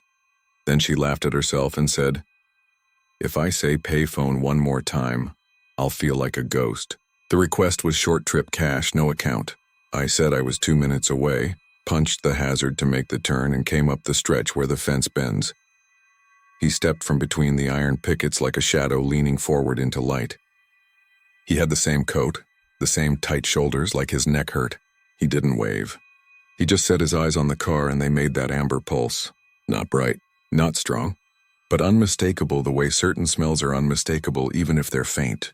He opened the rear door and got in like a normal person. He didn't feel like one. There is a weight to another body in your car that you get used to. It balances the frame, shifts the sound of the tires. This was different. The air itself felt full. He shut the door and sat without speaking. The back seat was cold. I asked, "Where to, sir?" He said, "Robinson Drive." The voice was not old, not young, just used. The way a shoe is used, I put the car in drive. The meter flickered and timed out and then came back like it had fallen asleep for a second. I checked the mirror. He had his face turned toward the window, but his profile was wrong in a way I wouldn't have been able to describe if you'd paused the world and handed me a pencil. He had a hat now, a brim pulled down low, so all I saw was cheekbone and the line of a mouth that didn't move. His coat was wet, but it wasn't raining. I could smell leaves. The heater blew and made no difference to the cold. There's a gate off Robinson Drive. If you live here, you know it. It's the one they use for maintenance trucks. I turned onto Robinson and the street was empty. The house is asleep. The porch lights either on timers or left on by people who like the way a glow looks on snow. We came up on the gate and he said, "Here is good." I braked. The rear door opened before I had fully stopped and then shut. The weight lifted. In the mirror there was no one. I sat there in gear with my foot on the brake, and then I did something I still can't square with myself. I put the car in park and got out. The night was pin drop still. You could hear the heater fan through the open door the way you hear blood in your ears after a run. I walked around to the back because some part of me wanted to prove to another part of me that the mud had been a coincidence. I wanted a clean trunk, no handprints, no leaves. My breath steamed out. The trunk had 2 marks just above the license plate, wet and fresh as if hands had pressed there and slid, not down but up. Like someone had pushed themselves onto the back of the car. I unlocked the trunk without thinking and popped it. The lid rose and a smell came up hard and sudden. It was the smell that fills your nose when you open a basement door that hasn't been opened since spring. Wet soil, old wood, there was nothing inside. I keep jumper cables, a neon triangle, an old blanket. The blanket was damp at one end, as if it had wicked up water from a floor. There was a thin twig in there, snapped clean and lying diagonally across the mat like a part of a broom. I plucked it out and my fingers stung like I'd touched metal in winter. It wasn't cold enough for that to happen. From the other side of the fence came a rattle. Not loud, a light knocking like metal tapping metal. It moved along the fence line as if someone were dragging something across the pickets at knee height. I closed the trunk without slamming it because slamming would have felt like admitting something. I walked around my car and the tapping moved with me but a little ahead, like it was leading me toward the bend where the trees grow close. I stopped walking and the knocking stopped. I took one more step and something flashed in the corner of my eye and made me turn. He was at the fence 3 posts down. His coat hung straight and dark and his head was tilted the way you watch a dog listen to a sound it can't place. His eyes turned toward me and pulsed once with that moth-wing color. I didn't say anything witty or brave. I didn't say anything at all. I got into my car and drove. Marcus and I watched the dash cam the next afternoon in the fluorescent light of the shop while a guy changed my rear pads. I had bought the camera off a friend and wired it myself to the fuse box. It records forward and back. The forward video showed the empty road and the fence and then me pulling to the curb. The back camera showed the street behind me and the shine of the trunk lid. We watched 2 minutes at normal speed. Nothing. We watched it again at half speed. Nothing. Marcus said, "Freeze it." There, roll just a hair. He had his nose almost pressed to the little screen. On the trunk there was a blotch. In one frame it was just glare. In the next it had length. In the next it had shape and the suggestion of spread fingertips. 3 frames. A fifth of a second, then gone. When the mechanic came into the office to tell me the pads were cooked, he looked at the screen and said, "Who's that?" He wasn't looking at the trunk. He was looking at the narrow slice of fence captured by the reflection in the glass of my rear window. In that slice there was a silhouette where there hadn't been one when we ran it the first time, a hat brim and a shoulder and the suggestion of an arm. The mechanic shrugged and said, "Probably a trick of light." Then he quoted me a number for the pads that made me swear out loud because it wasn't a trick. I pretended I could file it away under weird and kept working. That's what you do when the rent doesn't care about your ideas of the world. The city slid toward winter. One night I had a nurse in the front seat sharing fries from a drive-thru, and as we passed the fence she said, "Can you feel that?" I said, "What?" She said, "Like we just drove into a freezer." I kept my face neutral because people in my line of work learned to be the mirror of the person paying. She said her grandmother was buried in there and that the old woman hated cold and had sworn she would haunt a place with a heater. She laughed, and then she apologized for talking about the dead.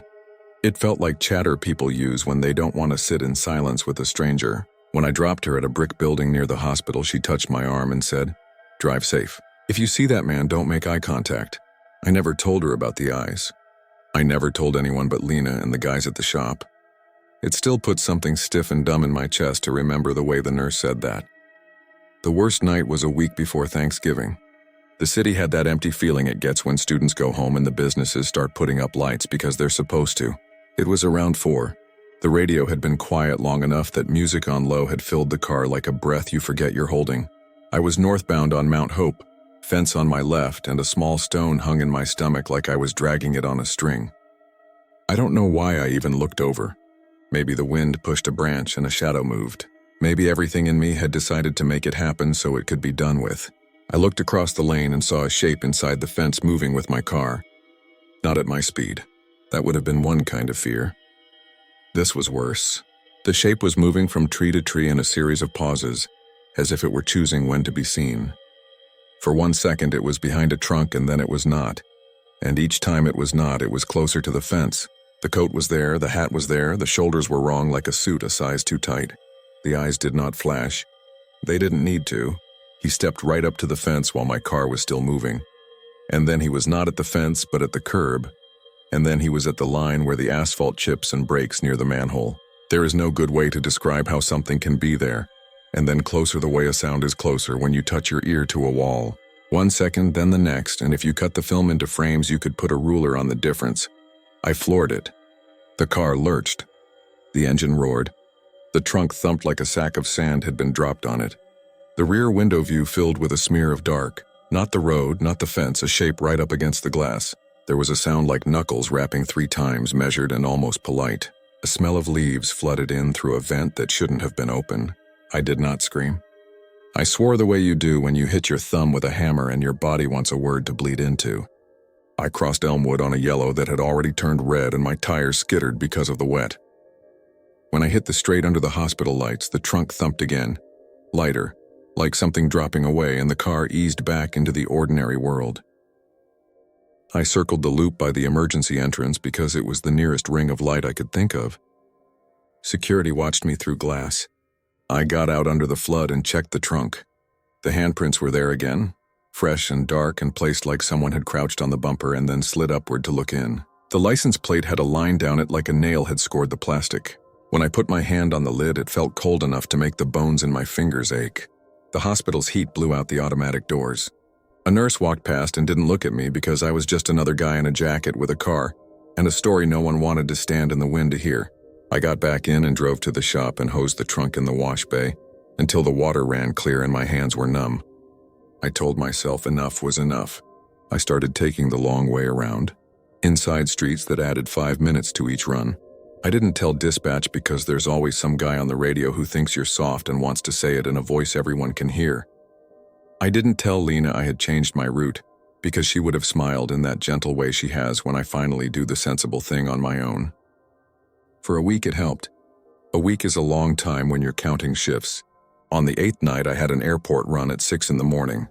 Dawn coming in a sheet of dull metal over the east side. The guy in the back wore a thick sweater and had eyes like someone who wakes before an alarm. He said he had a flight to Florida to see his mother. He said the cold messes with her bones. We came up on the highway entrance and something knocked on the trunk again. 3 times, calm and spaced like a metronome. The passenger heard it. His head came up. He said, "What was that?" I said, "Probably the jack loose." He said, "Is it safe?" I said, "You'll be fine." I dropped him and pulled into the far corner of the airport lot where no one parks. The wind cut across in a steady sheet. I opened the trunk and there was nothing inside that hadn't been there yesterday, except for a short length of rusted wire curled like a question mark by the latch. It was the exact orange-brown of old fence. I picked it up with 2 fingers and tossed it into the trash can by the luggage carts. When it hit the plastic, it rang with a tiny note like a fork against a glass. The sound made the hair on my forearm stand up. A full part of me wanted to reach into the can and take it back out, as if throwing it away had been rude. I shut the trunk and stood there with my hand on the lid until a cop in a hat rolled by slow, and I waved to be normal, and got in my car and left. I've tried to make this into something sensible in the months since. I've given that man every very human face I can. A prankster with reflective contacts. A kid with a mask. A real person caught in the light at a bad angle in a city where we often fail the people standing at fences in the middle of the night. I know exhaustion makes the boundaries of things soft. I know fear puts shapes into soft places. I have done the whole test where you go back in daylight and look at the slope of the ground and the spacing of the trees. And you tell yourself that anything seems closer when you expect it to. I even walked inside the cemetery one afternoon when it was open and the grounds crew were out. I went to the section near where I had first seen him and stood by the fence looking out at the road. Cars hissed past. A man pushing a stroller glanced at me and then didn't look again. A grounds worker in a neon vest drove a little cart by and nodded. The fence from that side is taller. You feel like a kid standing at a counter waiting to be noticed. I kept my hands at my sides because the urge to touch the metal was not an urge I wanted to indulge. There were indentations in the earth where water runs after rain. There were long gouges where a truck had once turned too tight. There were no footprints because the day was dry. If you need an ending to all of this, I don't have one. The point of sharing it is not to plant a flag in a clear explanation. The point is to make a shape out of a thing so it lives somewhere other than the dark at the edge of my route. I still drive nights. I still cut past the cemetery sometimes when the timing works, when the radio dings and I need the straight shot. I don't slow along the fence. If someone looks like they need help, I call it in from the corner under the light at Elmwood. The radio still spits static for a few seconds by the northern gate like it has a memory. Once in a while, a passenger will ask me why the heater suddenly feels weak for one block, and I'll lie and say the thermostat does a weird blink there because of the wind off the hill. I don't lean on the trunk when I'm tired, and I don't set my coffee on it. I wash it every morning, and there are faint gray shapes I can only see when the car is angled a certain way, and the sun hits dull through cloud. Lena says sleep is medicine, and she is right. When I take 2 days in a row, my head clears and the fence is just a fence again. Then a night will come where the city looks like a painting behind glass, and a man in an old coat will be standing with his shoulder crooked just so. And when the headlights catch him, his eyes will remind me of an animal that knows how to stand very still and wait for you to notice that you are the one inside a fence. If you cut through Mount Hope after midnight, don't stop along the long runs of iron. If you do stop, keep your hands to yourself. Keep your eyes on the road, and in the morning, rinse your trunk even if it looks clean. If a thin strip of rusted wire drops out from somewhere it shouldn't be, don't bring it into your house. If anyone asks, tell them a tired driver told you to stop doing small brave things in places that don't need them. Tell them I said that's how you let something ride home on your back without feeling its weight, until you park and kill the engine, and listen to the ticking of the car cooling. And in the silence between ticks, you hear a knuckle ask to be let in.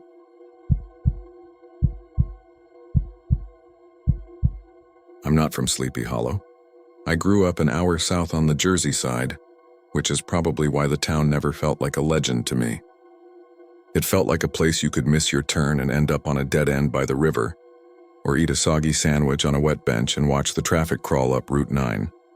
I only started spending time there because my girlfriend Jenna loved old cemeteries and weird history. She dragged me to antique shops and ghost tours while I carried a thermos and pretended my feet weren't freezing. That's how we met Omar and later Mrs. Van Brunt, and how I ended up doing 2 nights of volunteer security for a historical society fundraiser inside the old Dutch church burying ground. If you haven't seen it in person, it looks exactly like the pictures except smaller and closer to the road.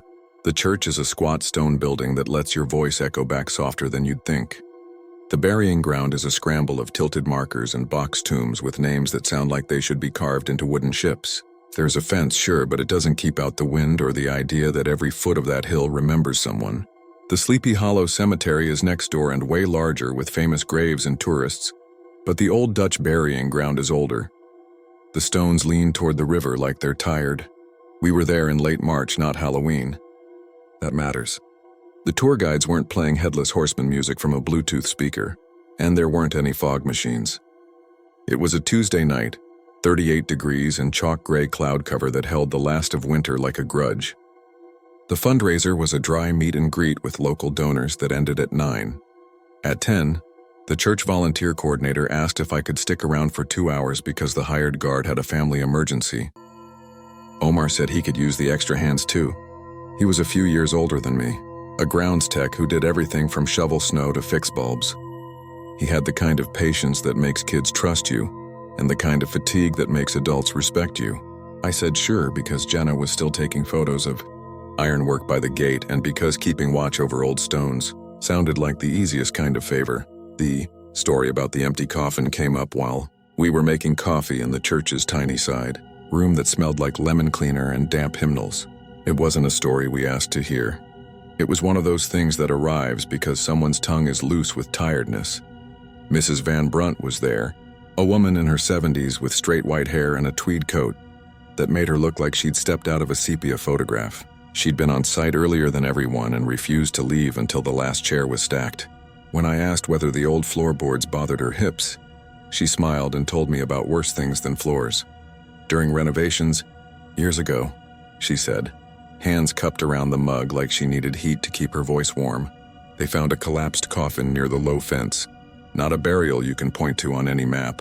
A depression in the ground, soft underneath like a rotten tooth. They lifted just enough earth to see wood. When they pried it open, there was nothing inside but claw marks. Deep gouges in the lid, nothing else. No bones, no cloth. No explanation. They closed it and set it deeper, because leaving such a thing is unkind and we are custodians here, not storytellers. She paused there, and her eyes did something I don't want to try to describe. Stories tell themselves. Omar rolled his eyes, but only with the top half of his face. You know that's exactly the kind of thing people donate for, right? He said. You say custodians, but you sell bookmarks with the horseman on them. Mrs. Van Brunt shrugged in a way that reminded me good ghosts mind their manners. Donations are for preserving the truth. We do not invent that. But we cannot stop what walks when people insist on prodding the ground at night. Jenna looked up from her camera to ask where exactly the collapsed coffin had been, and the answer was so casual it took a second to register. Where the path turns by the iron gate, she said. Where the stones make a little corridor. Those who linger say they hear scratching. It moves with them until they leave. If you stand too long, you may feel the earth shift underfoot. Best to keep walking. After that, nobody wanted more coffee. The donors left in a trickle. You can tell the difference between people who love history for the story and people who love it for the soberness of names and dates. The former say thank you and go home buzzing with possibilities. The latter take off their hats when they cross the grass and they do not say how they feel. By 9:45, the lot was empty except for our car and a police SUV idling with its lights off. The officer inside gave us a two-finger wave and drove down Broadway without hurry. You sure you want to hang around? Omar asked Jenna. You'll freeze. She always freezes, I said. She likes it. It makes her photos look like film. Jenna pulled up her hood. I'll go around once more, then head to the diner. Text me if you hear anything cool. She kissed my cheek and then stepped onto the path between the stones, the little one that curls like a question toward the fence. I watched her walk into the gray. Streetlights from the road slapped pale across the tips of the stones, but the ground itself seemed darker than it should have been, like all the color drained into the soil over 3 centuries and stayed there. There's a point where the path narrows between 2 box tombs and the fence beyond looks like the iron teeth of a comb.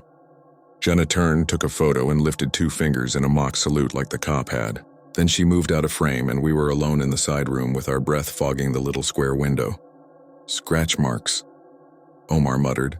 People buried alive was a thing, but not like that. Weren't there safety bells, I asked? Like strings tied to fingers and bells on the surface. That was more of an idea than a practice, he said. And anyway, if someone got out, where'd they go? You open a box and there's claw marks inside and no bones, that's not a rescue. That's a riddle. By 10:15, the church was quiet the way a refrigerator is quiet. You hear a hum you only notice when it stops. We did a loop around the path with flashlights, partly to shoo away any kids trying to climb fences and partly because saying you'll keep watch obligates you to actually watch. On the far side by the fence, the ground was soft and bouncy with thaw. You could feel your weight press down a memory of last year's leaves underneath. I did not hear the scratching then.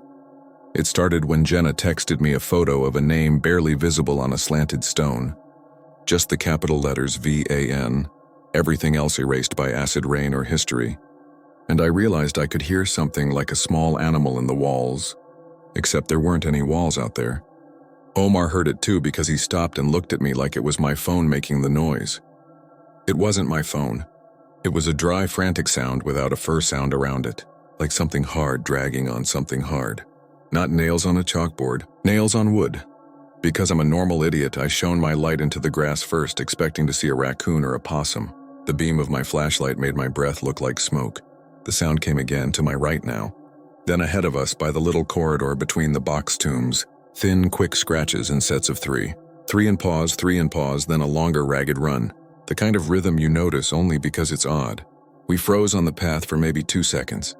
Then we did not freeze. We kept walking because I heard Mrs. Van Brunt's voice in my head say the words best to keep walking.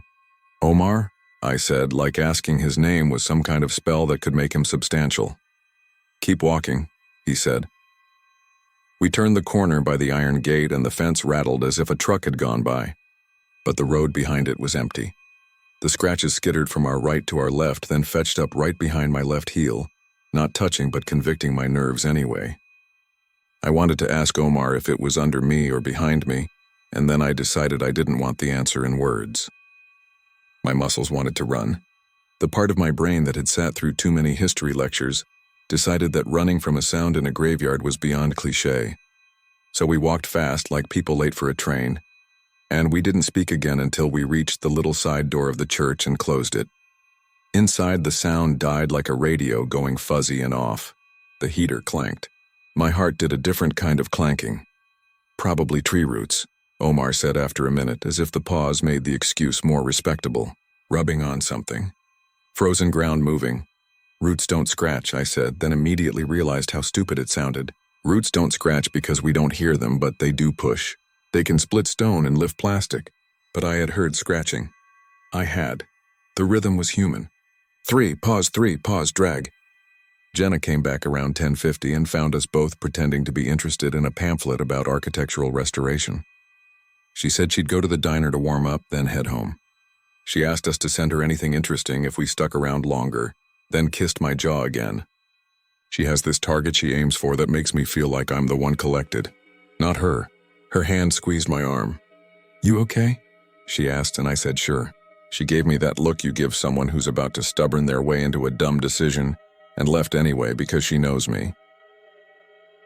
The second loop started because Omar wanted to prove a point. He fetched a metal probe they use for testing ground firmness before setting up risers, a slender rod with a T-handle. If I can find a pocket, he said, we can blame the noise on settling. Air moving. Water doing what it does. He wanted it to be mechanical. I let him have his hypothesis because the alternative was letting the story recognize my name. We stepped back into air that felt colder than before. It does that sometimes. Drops after the main act like a curtain call for winter. The path answered with a small crispness under our soles. We kept our lights down low so they wouldn't mess with our night vision too much. We didn't talk. Talking would have made us sound like we were daring something, and I had zero appetite for being heard that way. When we reached the little corridor, the same cold dread lifted up and sat on my shoulders like a damp coat. The scratch came from my right, small and hopeless and furious. I felt it in my teeth. Omar set the probe and pressed into the soil by the fence. It sank 6 inches and stopped.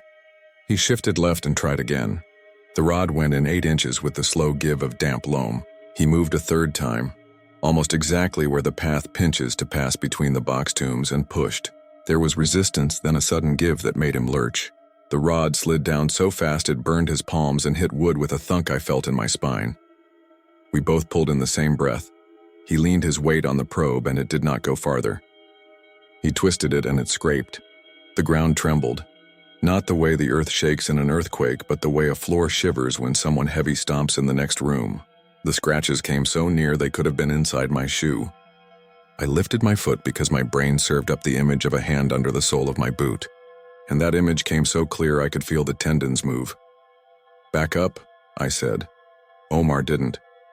He was a good man and a dumb one for a second, both at once. He pressed down again, leaning, and the rod tilted and hit wood again. Not the hollow echo of a lid exactly, but the tired knock of something old and close. Then, clear as a fingernail on your desk, 3 quick scratches ran right under the rod. Not an animal. Not roots. Nothing that belongs in dirt.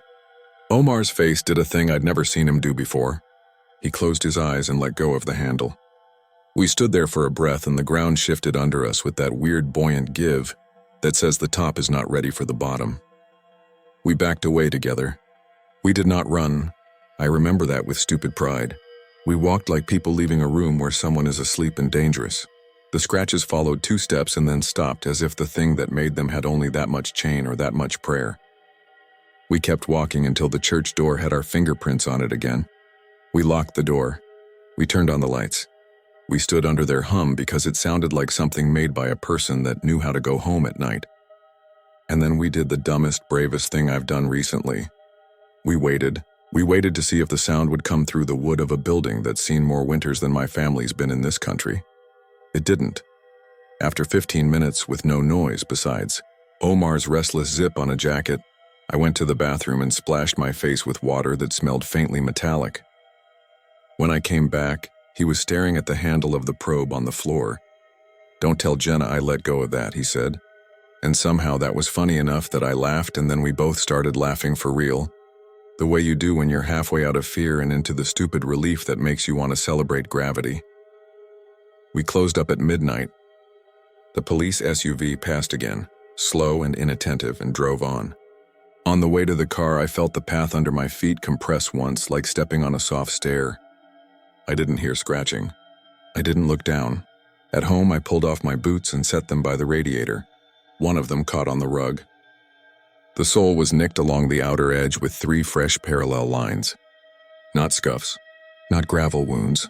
3 clean slices like someone had dragged a box cutter against the rubber.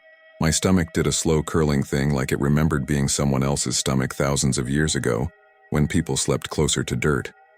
I didn't tell Jenna about the marks right away. I told her about the scratching because that felt like a thing you could compare to something else. She made tea and said she'd go back in daylight and get better photos so we could find the exact spot.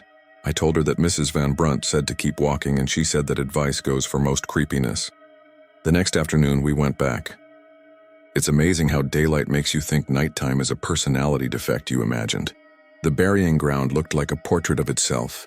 Gray and green frugal colors with birds hopping around as if they owned the place and hated rent. Omar met us by the gate with a rake and a polite reluctance to talk about anything deeper than leaves. He didn't bring the probe. He kept a normal friend smile and a slightly red mark on his palm. We found the spot easily. The path narrows between 2 old box tombs that look like stone chests with their lids still on. The fence is right there, and beyond it you can see cars and people who have never had the ground speak to them. Jenna squatted to take a shot of the lichen on the lid edge, the way it makes a geography of islands. I stood exactly where I had heard the scratching and felt like a tourist in my own fear. I might have convinced myself nothing had happened if not for the thing I saw when I touched the dirt with my fingers. It looked like a flat splinter of wood, old and light, the kind of thing you'd get from prying up a crate. Only the grain was close and the color was not pine. I brushed away the top layer of mud and there it was, the edge of something that had been shaved thin by contact. I pulled it free slowly. It came away with the particular stubbornness of wood that's been in wet for too long. The fragment was maybe the length of my thumb and smooth on one side, scored on the other with 3 tight grooves that didn't look like tool work. The grooves had little hooked razors along the edges, torn fibers the way wood gives when something hard stutters across it instead of slicing clean. I am not an expert in anything. I am a person who has fixed cheap furniture and opened packages with a key. Those grooves looked like they came from a hand, not a blade. There was something else, too. In the deepest groove, a tiny crescent of something paler than wood was stuck, and I thought it was a chip of shell or a fleck of plastic. I had a sudden, powerful urge not to touch it. I wrapped the splinter in a napkin from my pocket and put it in a plastic bag. I don't know why I brought the bag. Maybe I expected to pick up trash. Maybe my hands knew a story before my head did. Jenna noticed my face. "What?" she asked. "It's nothing," I said. And she gave me that look again, and then, because she loves me, let me have my lie for a minute. We ran into Mrs. Van Brunt on our way out. She walked the path like she'd invented it. She saw the bag in my hand and her mouth did something small. "You found something," she said. "I found a piece of wood," I said, and I hate how defensive I sounded. "We put earth back where it belongs," she said. "Sometimes it refuses to stay put." "Do you know where the empty casket is?" Jenna asked. "For the tour map, I mean." And she gestured toward nothing to make the lie look less like a question. Mrs. Van Brunt considered carefully. "I know where we stopped digging," she said. "I know what I was told to say in a room full of donors. And I know that names on stones do not account for all whom this ground holds, do you?" "Do you hear it?" I asked before I could stop my mouth. "At night. Do you hear scratching?" She looked at me with a tired kindness that made me want to go sit in a church pew 2 centuries too late. "I hear people," she said. "That is enough." On the drive home, I kept my hand in my jacket pocket on the bag with the splinter like a kid hiding candy. I wasn't sure what I planned to do with it. Throwing it out felt wrong. Keeping it felt worse. I didn't sleep well that night. Around 3, I woke from one of those dreams where your house is almost your house, but the rooms are the wrong shape. I lay there listening to the radiator click, and the neighbors argue through their bathroom vent. Jenna breathed with the nearly imperceptible whistle she gets when the air is dry. Somewhere inside the apartment there was a small, clear sound, 3 quick scratches against wood. It could have been the mice we don't have. It could have been the coat rack as it settled. That is what I made myself believe until I remembered where I had left the plastic bag and the splinter. On the bookshelf by the bedroom door.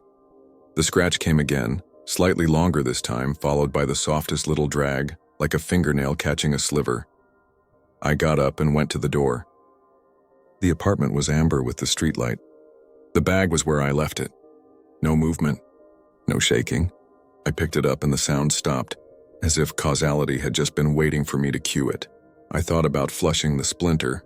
I thought about burning it. And then I thought about how you do not destroy something if you want to believe it is ordinary. In the morning, I took it to my friend Mark, who works in a wood shop in a warehouse with a leaky roof. He looked at it with his glasses pushed up and said it was old, made of something dense like oak. He said the gouges looked like they came from something harder than wood pressed in small repeated strokes, not a chisel slip. He offered to sand a corner to see the grain. I told him to please not do anything. He looked at me and at the bag and then said he could at least remove the little pale fragment to see what it was. He used tweezers like he was handling a splinter from a toddler's palm. The sliver came free. He set it on a piece of black felt and we both leaned toward it in the watery daylight. It was a crescent. Not shell, not plastic. Mark said very softly that he thought it was a piece of a fingernail. I took it back. That afternoon, I drove alone to Sleepy Hollow and parked in the little lot by the church. I didn't text anyone. I didn't go inside. I stood by the fence and watched a group of school kids walk by with clipboards, and a teacher whose voice carried the cheer of someone who will drive home and cry from the effort of it. I waited until the path was empty, and then I walked to the place where the ground narrows. I stood there and said I was sorry. I said it out loud. I said I was sorry we pry and we poke and we name things that don't want our names. I set the splinter on the soil and used my foot to push a little dirt over it. I didn't make a ceremony. I didn't know how. The earth under my boot shifted once, just enough that I lost my balance and caught myself with a hand on the stone lid of the box tomb to my left. My palm slid across cold lichen. When I looked down, there were 3 parallel green streaks on my skin where it brushed the growth like a child had painted me. The streaks washed off with the pale dust of the plant. I stood there until a car horn on the road startled me into remembering I have a job. On the way out, I passed Mrs. Van Brunt. I didn't expect to see her, and I did not expect to speak. She nodded and said I looked tired. I said I was sorry again, and she smiled in a way that told me I had not used the wrong word. "We keep our promises here," she said. "When you stand too long, you make one, whether you meant to or not." I want to say the scratching stopped after that, but that isn't true.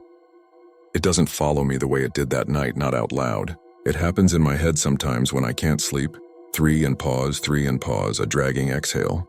When I pass a fenced lot, I quicken my step. When a subway slows in a tunnel and you can hear the walls scrape the cars, I think about air moving where earth should be and have to look at the advertising to keep my breath normal.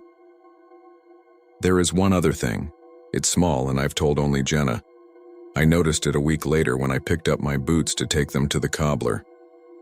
The 3 slices on the sole had widened a little, as if the rubber wanted to remember them. Along one cut, pressed into the edge where the material had rolled, was a narrow line of dark grit. I dug it out with a toothpick and it came loose in a tiny ribbon, not dirt exactly. When I rubbed it between finger and thumb, it smelled the way old wood smells when you first open a trunk in a house that has been empty too long. I washed my hands in the sink for longer than necessary. The marks are still there.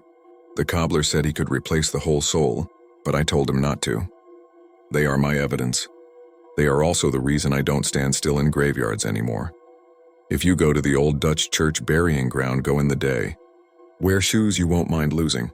If you walk the path where the stones tighten and the fence grins at you, keep moving. If you stop, you might feel the ground give under your weight like it's rearranging itself to accept something. It could be nothing. It could be winter coming out of the soil, or it could be a story still trying to finish the sentence it started when someone lifted a lid and saw claw marks where a person should have been. Best to keep walking. That's what I tell myself whenever the sound begins at the edge of hearing. 3 and pause, until I reach the gate in the road and the ordinary noise of cars. That's where it stops, as if the fence keeps more in than we know. I don't know what they reburied or what they didn't.